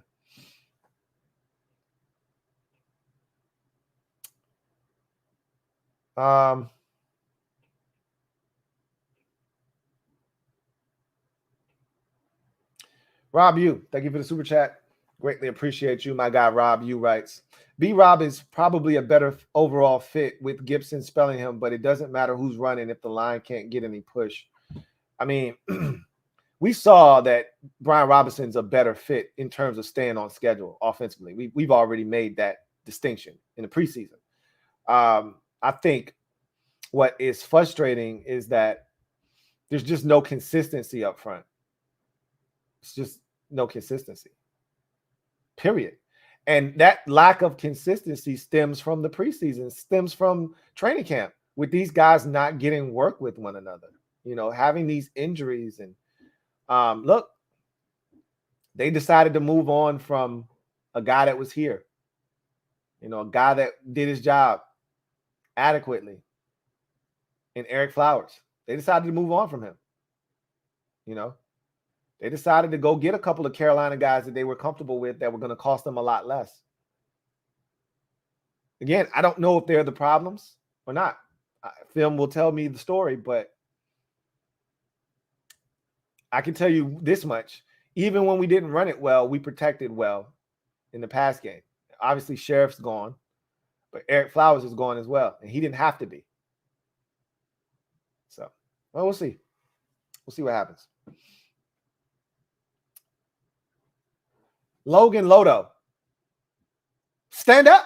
You are officially in the building as the newest member of the MOBB mob. You know what to do. Show Logan Lodo some love. Really appreciate you for becoming a member of the squad. Look forward to chopping it up with you in the future. Welcome aboard.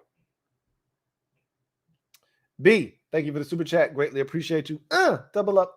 Thank you for doubling up, B, who writes, is there any possibility these boys are not listening to JDR or have resentment towards him due to his off-the-field thoughts?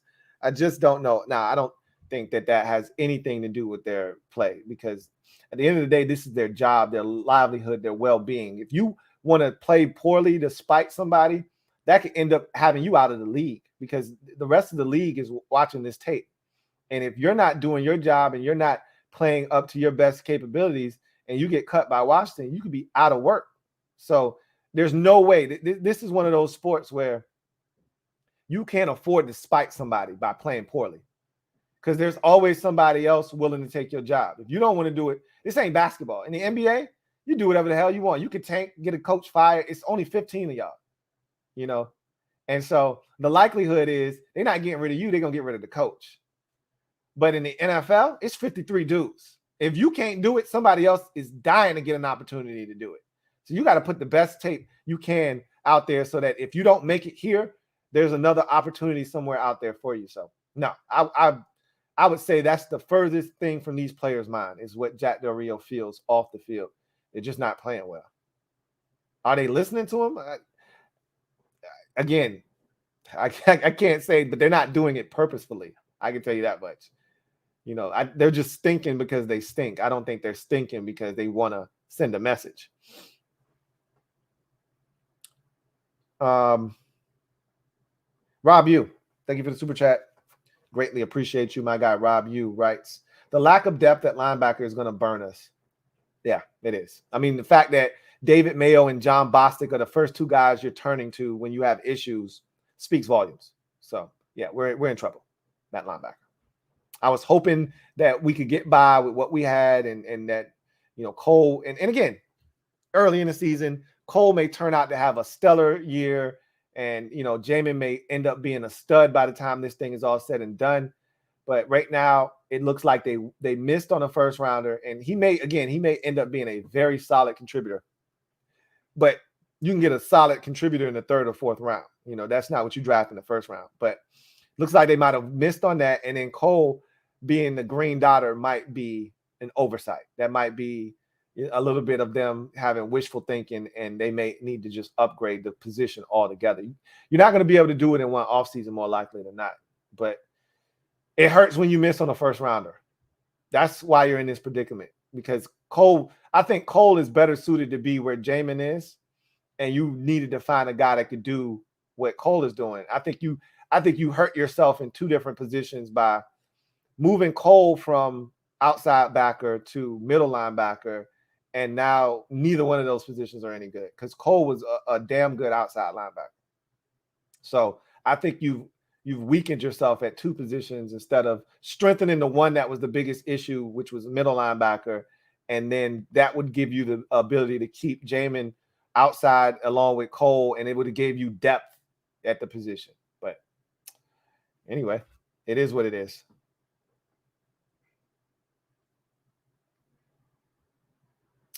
Logan Lodo, thank you for the super chat. Greatly appreciate you. Thank you for being a member of the MOBB. Who writes, first super chat, what up, Lou? What's good with you, Logan? Says, yeah, I don't like how we ran the ball out of gun the whole second half. Couldn't get anything going on the ground, but that's Scott Turner's offense. We're primarily a gun run team. And I talked about this with the guys over at Sports Talk Detroit. Like the biggest issue we have offensively right now is our lack of consistency in the run game. And it stems from, I told them I'm not a big fan of the actual scheme, but there's nothing you can do about it. We're just not good enough up front.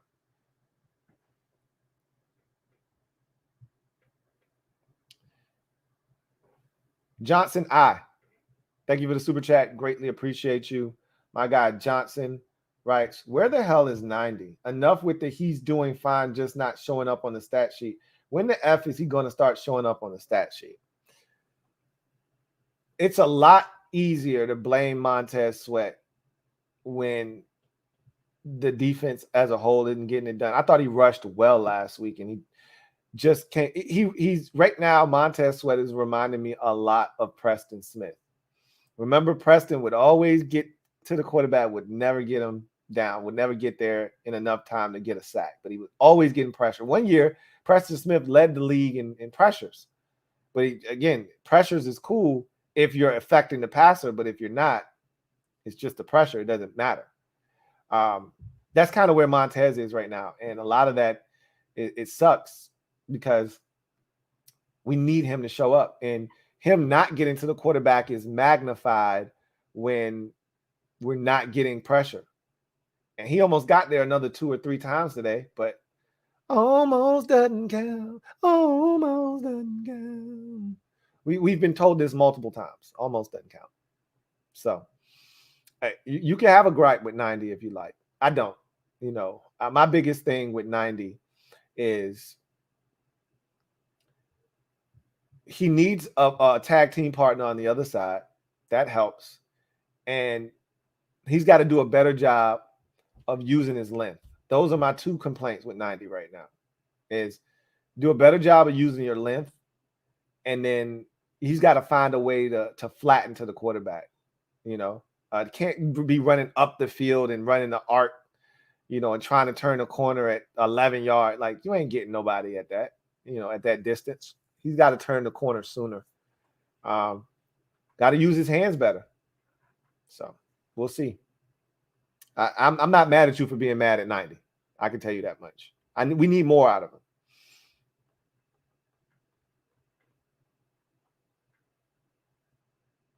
But it's hard.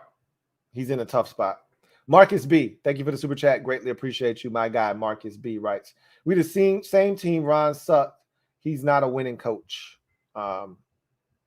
We are not the same team because before Ron got here, and even up until this past year, we couldn't score.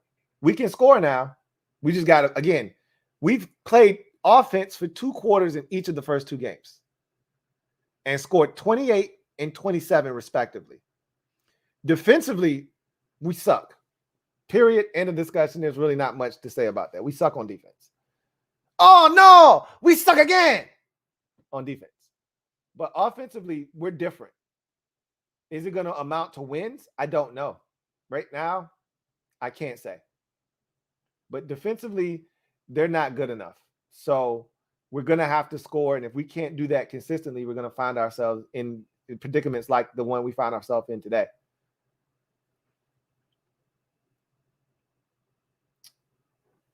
He said, what do you think when he fair carded on the 5?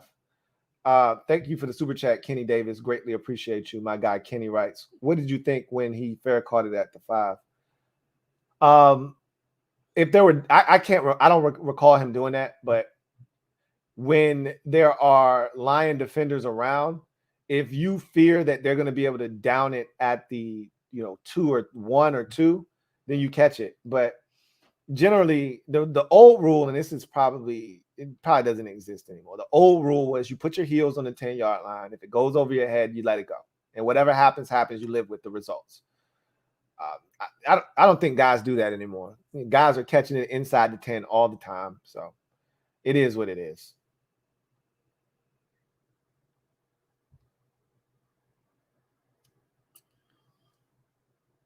Irish, thank you for the super chat. Greatly appreciate you. Thank you for being a member of the MOBB. My guy Irish writes, Jacksonville blanketed the Colts today. Let's not pretend these are the same teams from last year. Doesn't excuse today, but look at the bigger picture. Lots of football left. Yeah, the Colts also didn't have like 3 of their starting receivers, and it was going to be tough. They always struggled in Jacksonville, just like we always struggle in Detroit. I'm not making any excuses.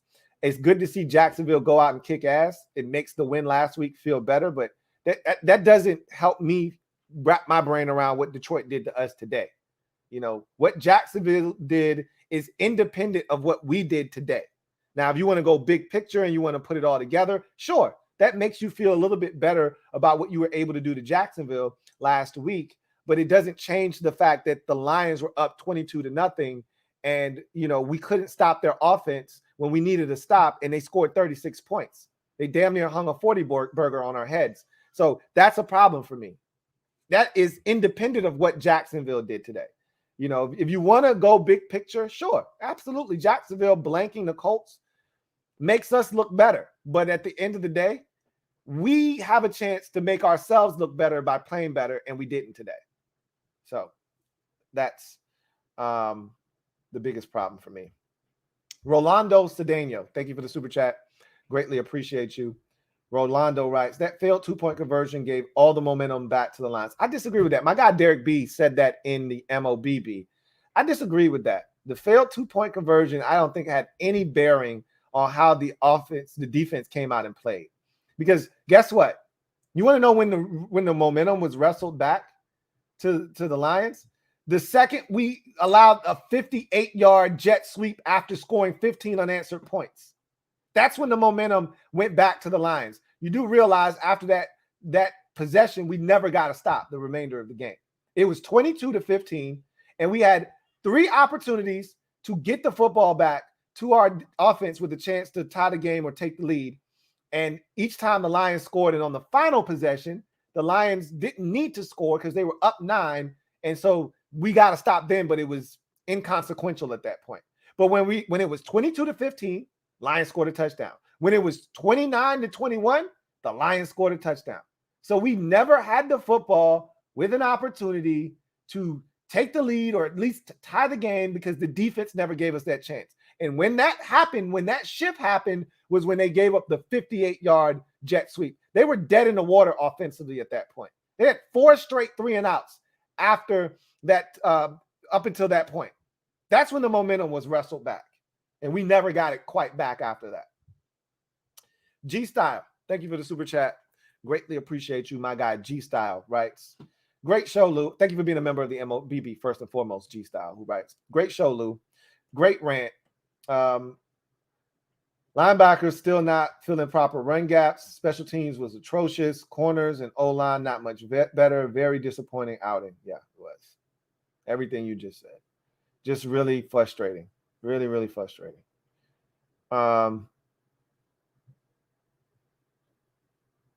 Let's see. A super chat here from Marcus B. Thank you for the super chat. Greatly appreciate you, Marcus B. Double up. Thank you for doubling up, Marcus B. Greatly appreciate you, my guy. Marcus B writes, reason we don't get got dogs, Ron don't go for him. And you know what? Touche. Ron's gone for the safe guys. He's gone for the guys that, you know, are going to represent this organization in the right way. And while you can be frustrated at that, we also have a history of the Sua Cravens and the Darius Geises of the world, and you had to steer clear of them. If you want to change the narrative, if you want to change the culture, you can't go out and get guys like that and have them be the face of your franchise or have those guys be at the forefront of your team. Like, we got enough issues with the owner and sexual assault and all of these different things going on. You can't afford to have that on the field too. But to your point, he doesn't necessarily go after the dogs. So, you know, it is what it is.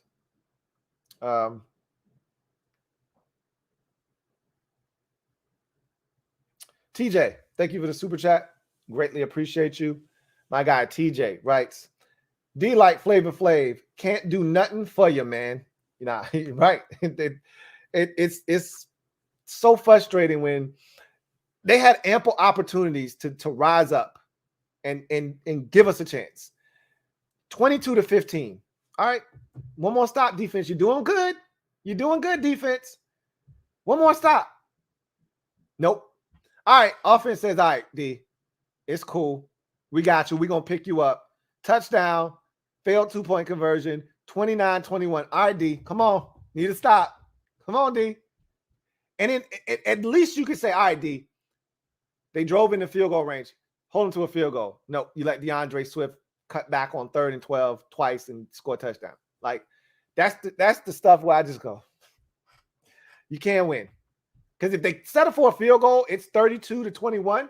You're right in this game. We score a touchdown. No matter what Joey Sly does on the extra point, we're in this ball game. Lions are going to have to convert a first down, or else we get the ball back and we're going to have a chance to win this thing.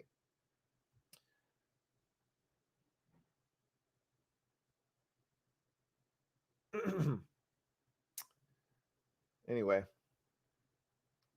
Super chat here from Edward Washington. Thank you for the super chat. Greatly appreciate you. Edward Washington writes, no more picking emotionally with my winners and losers picks. My gut told me to pick the Lions. I would always tell you to go with your gut. Never pick with your heart. I never do. Okay. If I don't think Washington is going to win, I am not picking them on my winners and losers sheet. That's for money. Yeah, I can sit here and give you a prediction all day long, but what the sheet says matters because that's for the bread. So don't ever let your heart get in the way of your head. Your head is rational. Your heart is emotional. Separate the two when you make your selections. I thought we were going to win. This had nothing to do with my heart.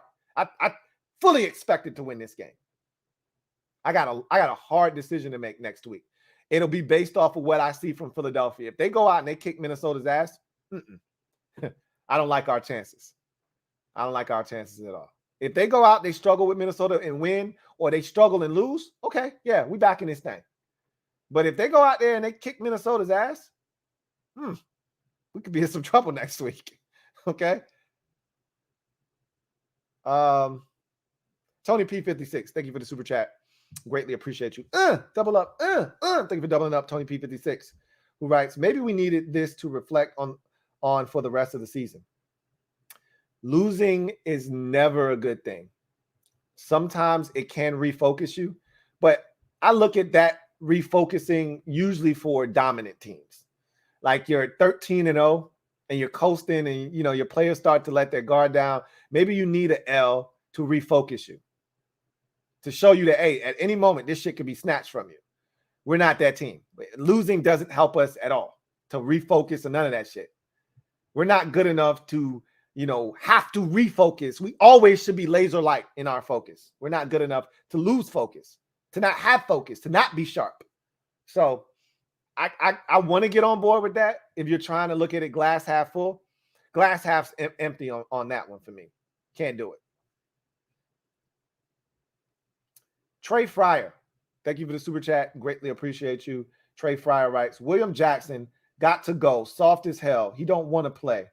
I'm not going to go as far as to call him soft.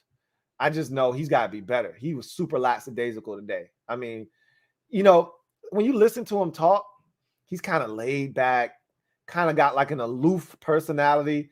And that's kind of what his play on the field represents to me. Kind of who he is. Like that demeanor of, oh man, I get him next time, man. It ain't even a big deal this time, man. Damn, I could have got that interception, man. Maybe I get it the next time, man. I ain't even tripping this time. Like that's his personality. When you listen to him speak, he's just a cool down to earth dude. And I'm not sure like how serious, like, and I don't like to equate seriousness with how someone, just because someone has a laid back personality doesn't mean they're not serious. But that's the sense I get from him. And man, we get him next time, man. I ain't even tripping. That's kind of the vibe I get from him. That ain't necessarily how he probably thinks, but that's just the vibe I get from him. I need more urgency from him.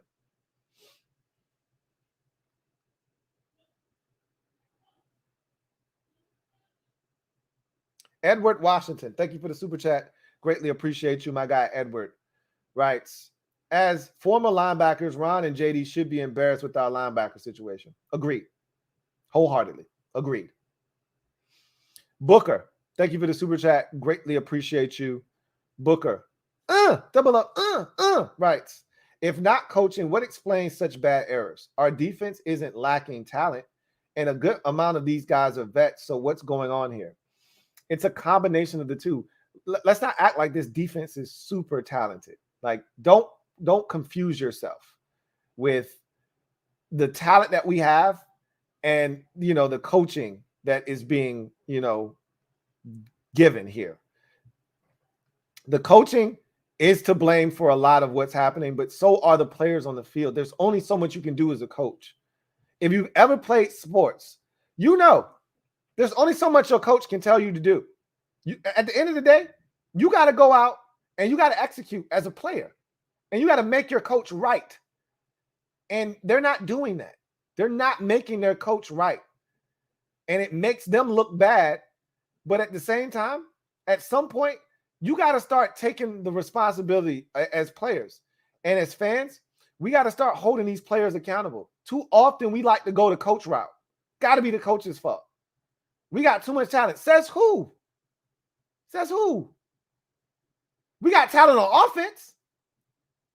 Since when do we have a talented defense? When did that happen? We have some talented players on the front, on the defensive line. But since when? When did we ever have linebacker play? And like I said, Cole Holcomb was better, and I thought he would be better, and he may be better. I'm going to give these guys the benefit of the doubt and say that they're continuing to grow in these roles. But I thought Cole Holcomb was pretty damn good outside. Inside, he's so-so. He's mid. Secondary was always a problem, always a question mark, and it still is. So I don't really necessarily understand where the whole narrative of we got all this talent, it has to be coaching. Really? We got all this talent?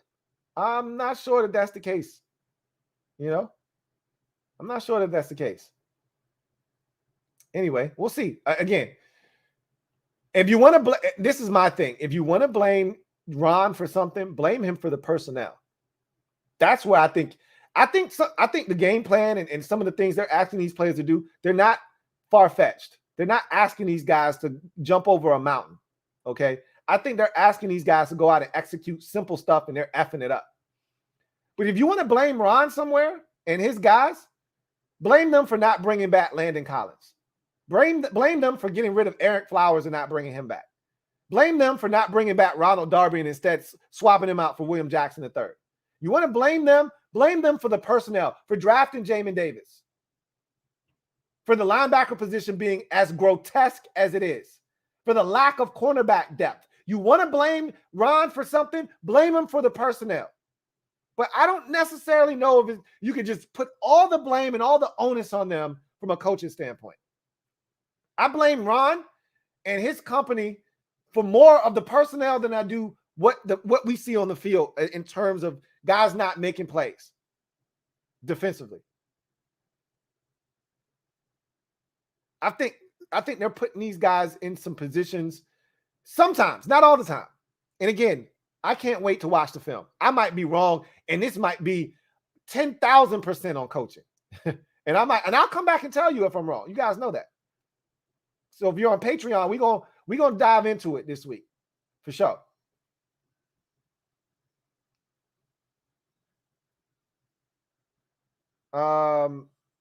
Super chat here from True M&M #HTTC. Thank you for the super chat. Greatly appreciate you. Writes, the defense just didn't get there and their nails broke. LOL. We need to get more guys like Taylor.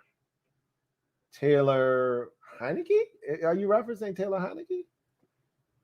I don't know if you are or not.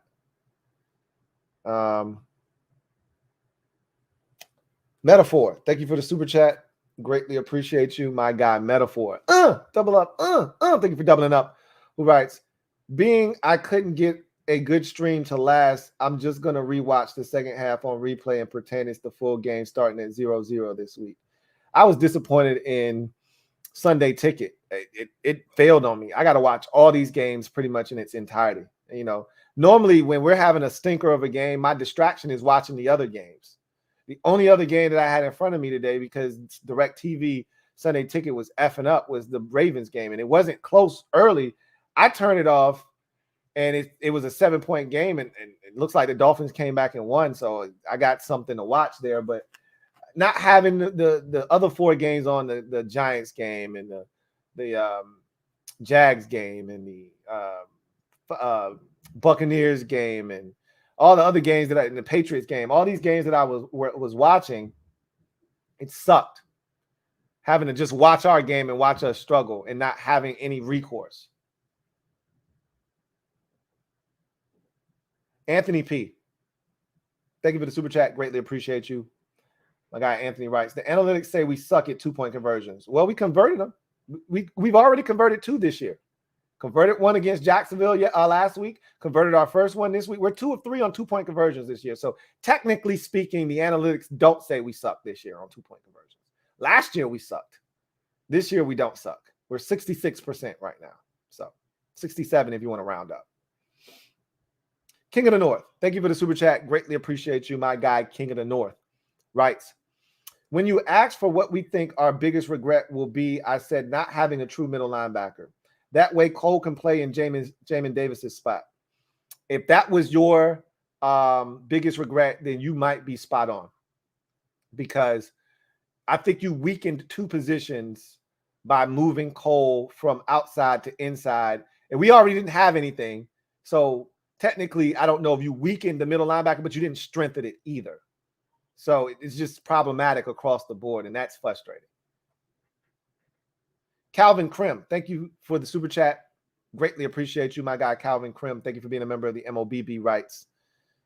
Lou, I'm not worried one bit. Depth guys got more playing time to keep starters healthy for Thursday. The game plan was basic, no rhythm built, and it backfired.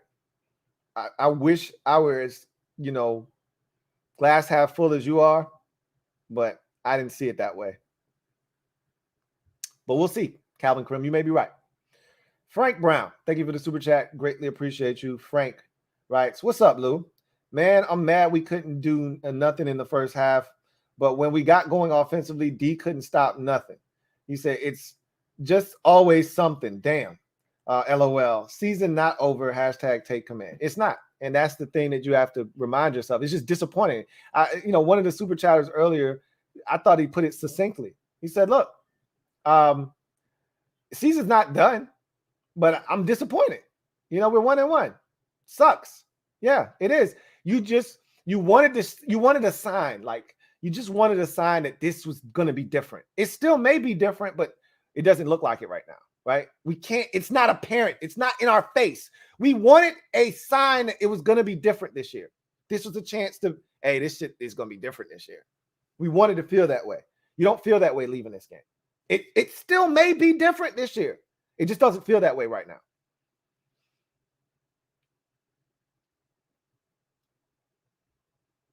Kevin the PRF, thank you for the super chat. Greatly appreciate you. Kevin the PRF writes, bright side, we got Wentz over Wilson. Broncos and Texans locked up at 6 at halftime. More Broncos ranting coming tonight. I'm not ranting. I'm already out of my survivor pool. I'm not a Broncos fan. I can give two shits about what they do. Their coach sucks, so I'm not surprised that the Denver Broncos are struggling with the Houston Texans. Their head coach showed me his ass last week, so I already know what they're about. I'm not shocked. Red Wings 01. Thank you for the super chat. Greatly appreciate you. Thank you for being a member of the MOBB, who writes, well, I've worked through the disappointment. I'm going to go celebrate my grandmother's B-Day. Not letting this keep me down. You still guaranteeing week 3? I'll let you know. I'll let you know after I watch the Eagles. And I got to see what the injury situation is, because we lost a lot of guys today, man. You know, Chase Roulier on crutches. I'm hearing from a lot of you. You know, Casey Toohill in the concussion protocol now. I don't know what happened to Daniel Wise, but he wasn't in the game. It's a lot going on. You know, is Wes Schweitzer going to be back? What's the status on Cam Curl? There's a lot of things to consider. So it's going to be hard. I need to see what the Eagles do first. But yeah, I still feel good about week 3, but I'm not in a guaranteeing mood right now. Go enjoy your grandma's birthday, man. Definitely don't let this keep you down.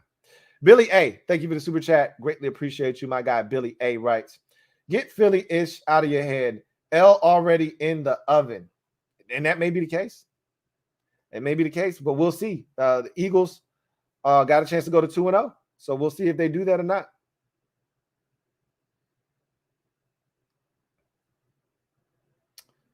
All right. Let's see. Super chat here from Malik Taylor. Thank you for the super chat. Greatly appreciate you, Malik, who writes, talent is crap. Start young cornerbacks. Hurts gonna eat. Again, I wouldn't do anything rash. Like, you think it's bad now, it can get a lot worse. You throw some young boys out there that aren't ready, it could get a lot worse. Guys just need to play better, man. We've seen William Jackson III play better. We've seen Kendall Fuller play his best. This wasn't it. Like, these guys can play better. They can play better. I told you, though, before the season started, we're truly missing a nickel corner, because even if you felt that way about William Jackson, and again, I don't think he deserves to be benched. I'm not advocating for that right now, because he didn't get beat, out in coverage. He just was lackadaisical and made some errors in judgment on things that he did, but he didn't get beat for a 65-yard touchdown and gave up a 37-yard pass interference. Like, he didn't get cooked today. He just wasn't good outside. But if I wanted to put Benjamin St-Juste outside, I don't really have the ability to do that unless you kick Kendall Fuller inside. And I don't know if Kendall Fuller is that dude inside anymore. So I think that's where you're really hurting, is you don't truly have an option to go to in the event that you wanted to do something like that.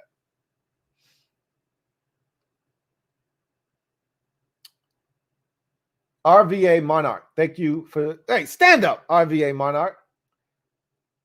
You are now officially in the building as the newest member of the MOBB, man. So glad to have you. Welcome aboard. Y'all know what to do. Show RVA Monarch some love and welcome him to the squad where he belongs. All right. Derek B, thank you for the super chat. Greatly appreciate you. Double up. Thank you for doubling up. Derek B, who writes, Jahan Solo, Wick, McLean, Rambo showed up. Get them ball. Like I said, all our guys. I thought Terry was a dog today. Terry's not a run after the catch dude. Terry was running after the catch today.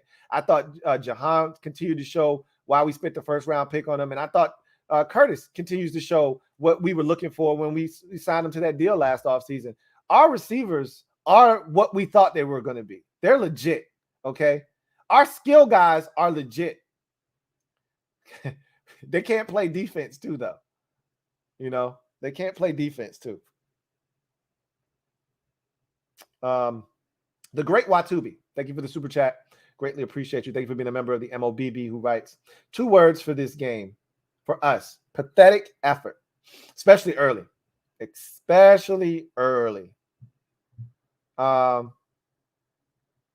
Derek B, thank you for the super chat. Greatly appreciate you. My guy Derek B writes, no analytics when I hold my breath on every PAT. And he's starting to make you feel that way. I'm not there yet with him where I hoping he doesn't. I'm not at the Dustin Hopkins, field goal watch, and we haven't attempted. Isn't that crazy? We haven't attempted a single field goal this season because we found the end zone so often. Isn't that a luxury? Isn't that beautiful? That goes to show you how this offense is performing. We get in the red zone, we're not settling. We were 3 of 3 in the red zone today. Like when we get in the red zone, we ain't missing. Okay. The problem isn't the red zone. The problem isn't the offense. It's the consistency at which the offense plays, which we need them to play for a full 4 quarters and not 2, which they've done for the first 2 games. It's this defense. How about you get a short field so that this offense can score some more points? How about you get a stop and create a short field so that this offense can score some points?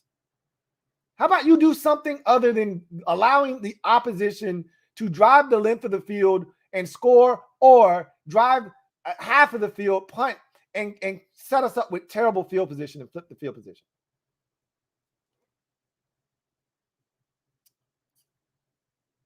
I haven't gotten there yet, Derek B, but it's trending that way. Joe Rockhead J, thank you for the super chat. Greatly appreciate you. Thank you for being a member of the MOBB, who writes, it's scary to think that in the 3rd season of Ron's plan, we're as far behind as we look. Defensively, I will agree with that. I think we're where we're supposed to be offensively. Like, this is what he envisioned when he went out and got Carson Wentz. Minus the turnovers, obviously. But this is where he thought we would be. I think he has to be disappointed with what we've gotten out of the defense. And I'm putting that squarely in his lap because this is the defense you assembled. You had a chance to go out and upgrade the linebacker position. You had a chance to upgrade the cornerback position. And instead, you stood pat. You moved on from Landon Collins, and you moved on from Matt Ioannidis and Tim Settle and guys like that in the offseason, and you didn't replace those guys necessarily. You drafted Fedarian Mathis, and that sucks what happened to him. That sucks because you were thinking he was going to be a big player for you this year, and he's not, obviously. But the moves that have been made have put you in this position and in this bind that you're in, and you have no one to blame for it but yourself. And so if there is something I would blame Ron for, it'd be that, personnel-wise. Dejan Bell, thank you for the super chat. Greatly appreciate you, Dejan Bell. Double up, writes, well, the Eagles got a home game this week. They do. They play Minnesota. I know you were talking about against us. I'm not even signing up for that nonsense. Trey Fryer, thank you for the super chat. Greatly appreciate you. Double up. Thank you for doubling up, Trey, who writes, I need William Jackson off the field. He's not him. I wish I could disagree with you. I don't want him off the field, okay? But I don't think he's him. We thought he was him when we went and got him. He's not him. Metaphor, thank you for the super chat. Greatly appreciate you. Metaphor writes, NFC North 3-1. Just got to go 3-0 now. Still a chance. Yeah, I mean, you still have Chicago, Green Bay, and Minnesota. But again, we don't know. The Lions might actually be good this year. We sitting here, we shitting on the Lions like they're trash, this, that, and the third. The Lions might actually be good this year. The Lions might win 11 games this year. Who's to say what they decide, what they end up doing? Whatever the case may be, that doesn't excuse us for playing like ass for the first half of this game. That's my problem. Had we lost this game 36-27, but it was 13-10 at half, and then we had a turnover, they scored, and then they got to stop, and they scored again, and the game ballooned a bit, and then we tried to rally back, and then they ultimately ran and hid and hung on. I'd feel different about it. It was 22-0. We had 52 yards of offense in the first half.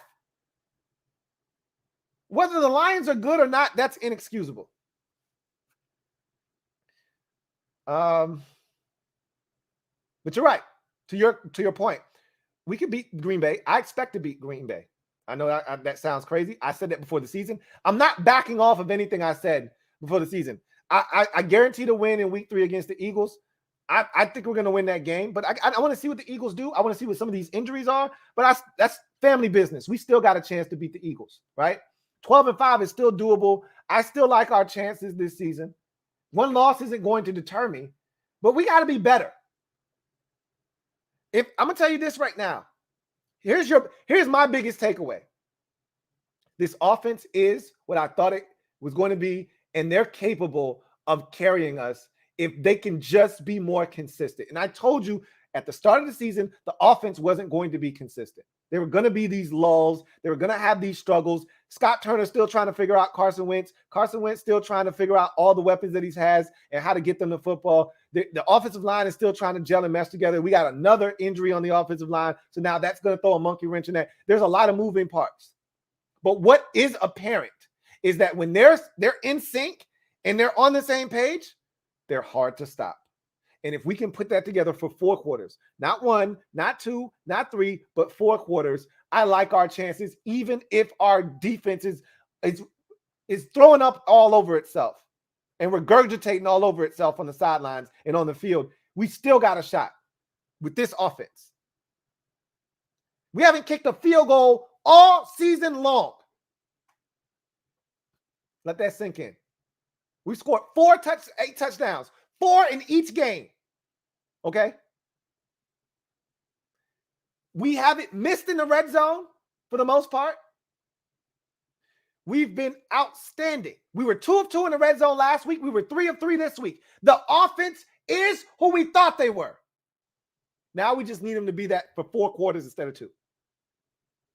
If they can do that, we're going to score. We're going to score with some teams, and we're going to give ourselves a chance each and every single week, whether the defense is trash or not. It's not a formula that's going to win in the playoffs, but you can win 10, 11, 12 games. I've seen it in my lifetime with garbage defenses, but an offense that just had the shit on tilt. The 09, what was it, 09? The 07 Saints? 08 Saints? It's somewhere in there. 2010 Saints? Terrible defense. They created turnovers, though. That was the difference. Terrible defense. They could score, and that's how they won their football games. They also created turnovers, though, too. Even if you want to keep it Redskins related, in 83, we were the best offense in football. At that time, we set records for most yardage in a season, points, all of that stuff. You know what they called our defense? The Pearl Harbor Group. Because they were giving up bombs all over them. But they had the greatest turnover differential in NFL history. I think that record still stands today. It was like plus 36 or some crazy shit like that. But you could score on their ass. I'm not saying that that's what we're going to be. Maybe we will be. But we don't generate turnovers. That's the difference. Anyway, enough of that. I'm just going to tell you this. This offense is what I thought it was. And that gives me hope. I'm not despair. You know, I'm not down in the dumps after this game because the offense continues to show me the glimpses of what I need to see to have hope that they can finally put it together. Maybe it happens in week 3. They've only played 2 quarters in each of the first 2 games, has the offense. And we scored 4 touchdowns in each of those first 2 games. Think about that. Think about that for a second. Like, if there is a silver lining, that is it. Edward Washington, thank you for the super chat. Greatly appreciate you. Who writes, D-Hop 6 of 6 on extra points this year. Releasing him was a bad decision. No, it wasn't. And D-Hop, he was never, I shouldn't say never a missed extra point guy. He usually made his extra points, but D-Hop wasn't good here. He needed to go. His time had expired. His time had come and gone. We needed to move on from him. I'm not down on Joey Sly yet, but he's getting close to that point where you start to say, all right, man, Joey, bro, come on. You know how I am with these kickers. I defend them until I can't defend them anymore. I'm gonna defend Joey because I think Joey's a really good kicker. He needs to get his shit together though. But I'm not there with Joey yet. Just Andre, thank you for the super chat. Greatly appreciate you. Just Andre writes, Miles Sanders rubbing his hands right now. Not only Miles Sanders, but Jalen Hurts, they both Birdman hand rubbing right now. They can't wait to see this defense. Because Miles is like, yo, I might have a $125, and Jalen like, yeah, put me down for 85 of them things. They looking at 2 bills against us. Easy money if we don't clean some shit up. If I were Washington, I'd go to a 5-man defensive front right out of the gate. Don't even wait.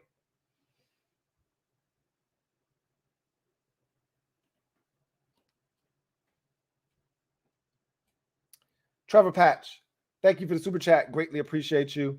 My guy, Trevor Patch, thank you for being a member of the MOBB Rights. Lou, maybe it's near a decade of listening to you, but glad I waited to super. You've said everything I thought. If the Eagles kick our defense's butt next week, does Ron rush Chase and Brian back in before they are ready? Well, he can't, because they have to miss a minimum of 4 games. But I will say this. If the defense is struggling, will that prompt them to try to get Chase to get back out there? Maybe. Look, they got to be thinking long term. This isn't small fries this year type of stuff. Chase is a franchise type of player, right? A guy that you want for the long haul. So they got to be careful with him. So I don't think they rush either of those guys back until they're ready. The offense, again, yeah, you would like the run game to be better, but the offense is scoring points. The defense is struggling mightily, and Chase can't help us if he's not healthy.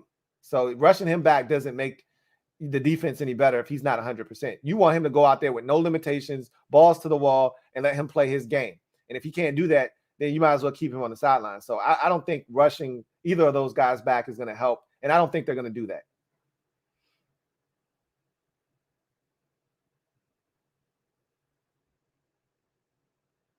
B, thank you for the super chat. Greatly appreciate you. My guy, B, writes, WJ3 in favor in free agency for a reason. Bengals D improved after him. A lot of people are saying that. A lot of people said that they're, but what you also have to take in, and that's easy, that's low-hanging fruit to say that. The Bengals went out and made a ton of defensive improvements after he left, though. A ton. They went out and got another corner to replace him in Chidobe Awuzie. They went out and got a bomb nickel, the guy I wanted, in Mike Hilton from the Steelers. Okay. They went out and got Trey Hendrickson, who had like 16 and a half sacks for them last year from the Saints. They went out and got Larry Ogunjobi, who is no longer on their team, but he had like 7.5 sacks for them.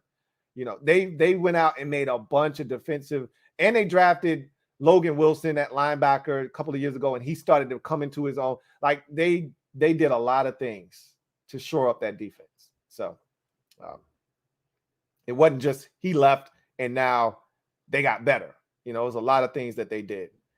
Dario Armstrong II. Thank you for the super chat. Greatly appreciate you. Dario Armstrong II writes, what's up, Lou? I know Ruben Foster has been out for a minute, but what if we brought him back because he can play? Nah, that's not their style. That's not their MO. He was here. Ron didn't want him. They don't want that kind of off-the-field issues. And the league has spoken on Ruben Foster. He's not on an NFL roster for a reason. If he could play, he'd be on an NFL roster. Fat American, thank you for the super chat. Greatly appreciate you. Double up. Thank you for doubling up, Fat American, who writes, no fuel for my time machine. Go grab the 05 defense. I was waiting on the 05 from you. I was waiting on it. Took long enough. These Luckies, thank you for the super chat. Greatly appreciate you. Thank you for being a member of the MOBB, who writes, post the link at Fat. I'll give my life savings. Spence Kalis, thank you for the super chat. Greatly appreciate you.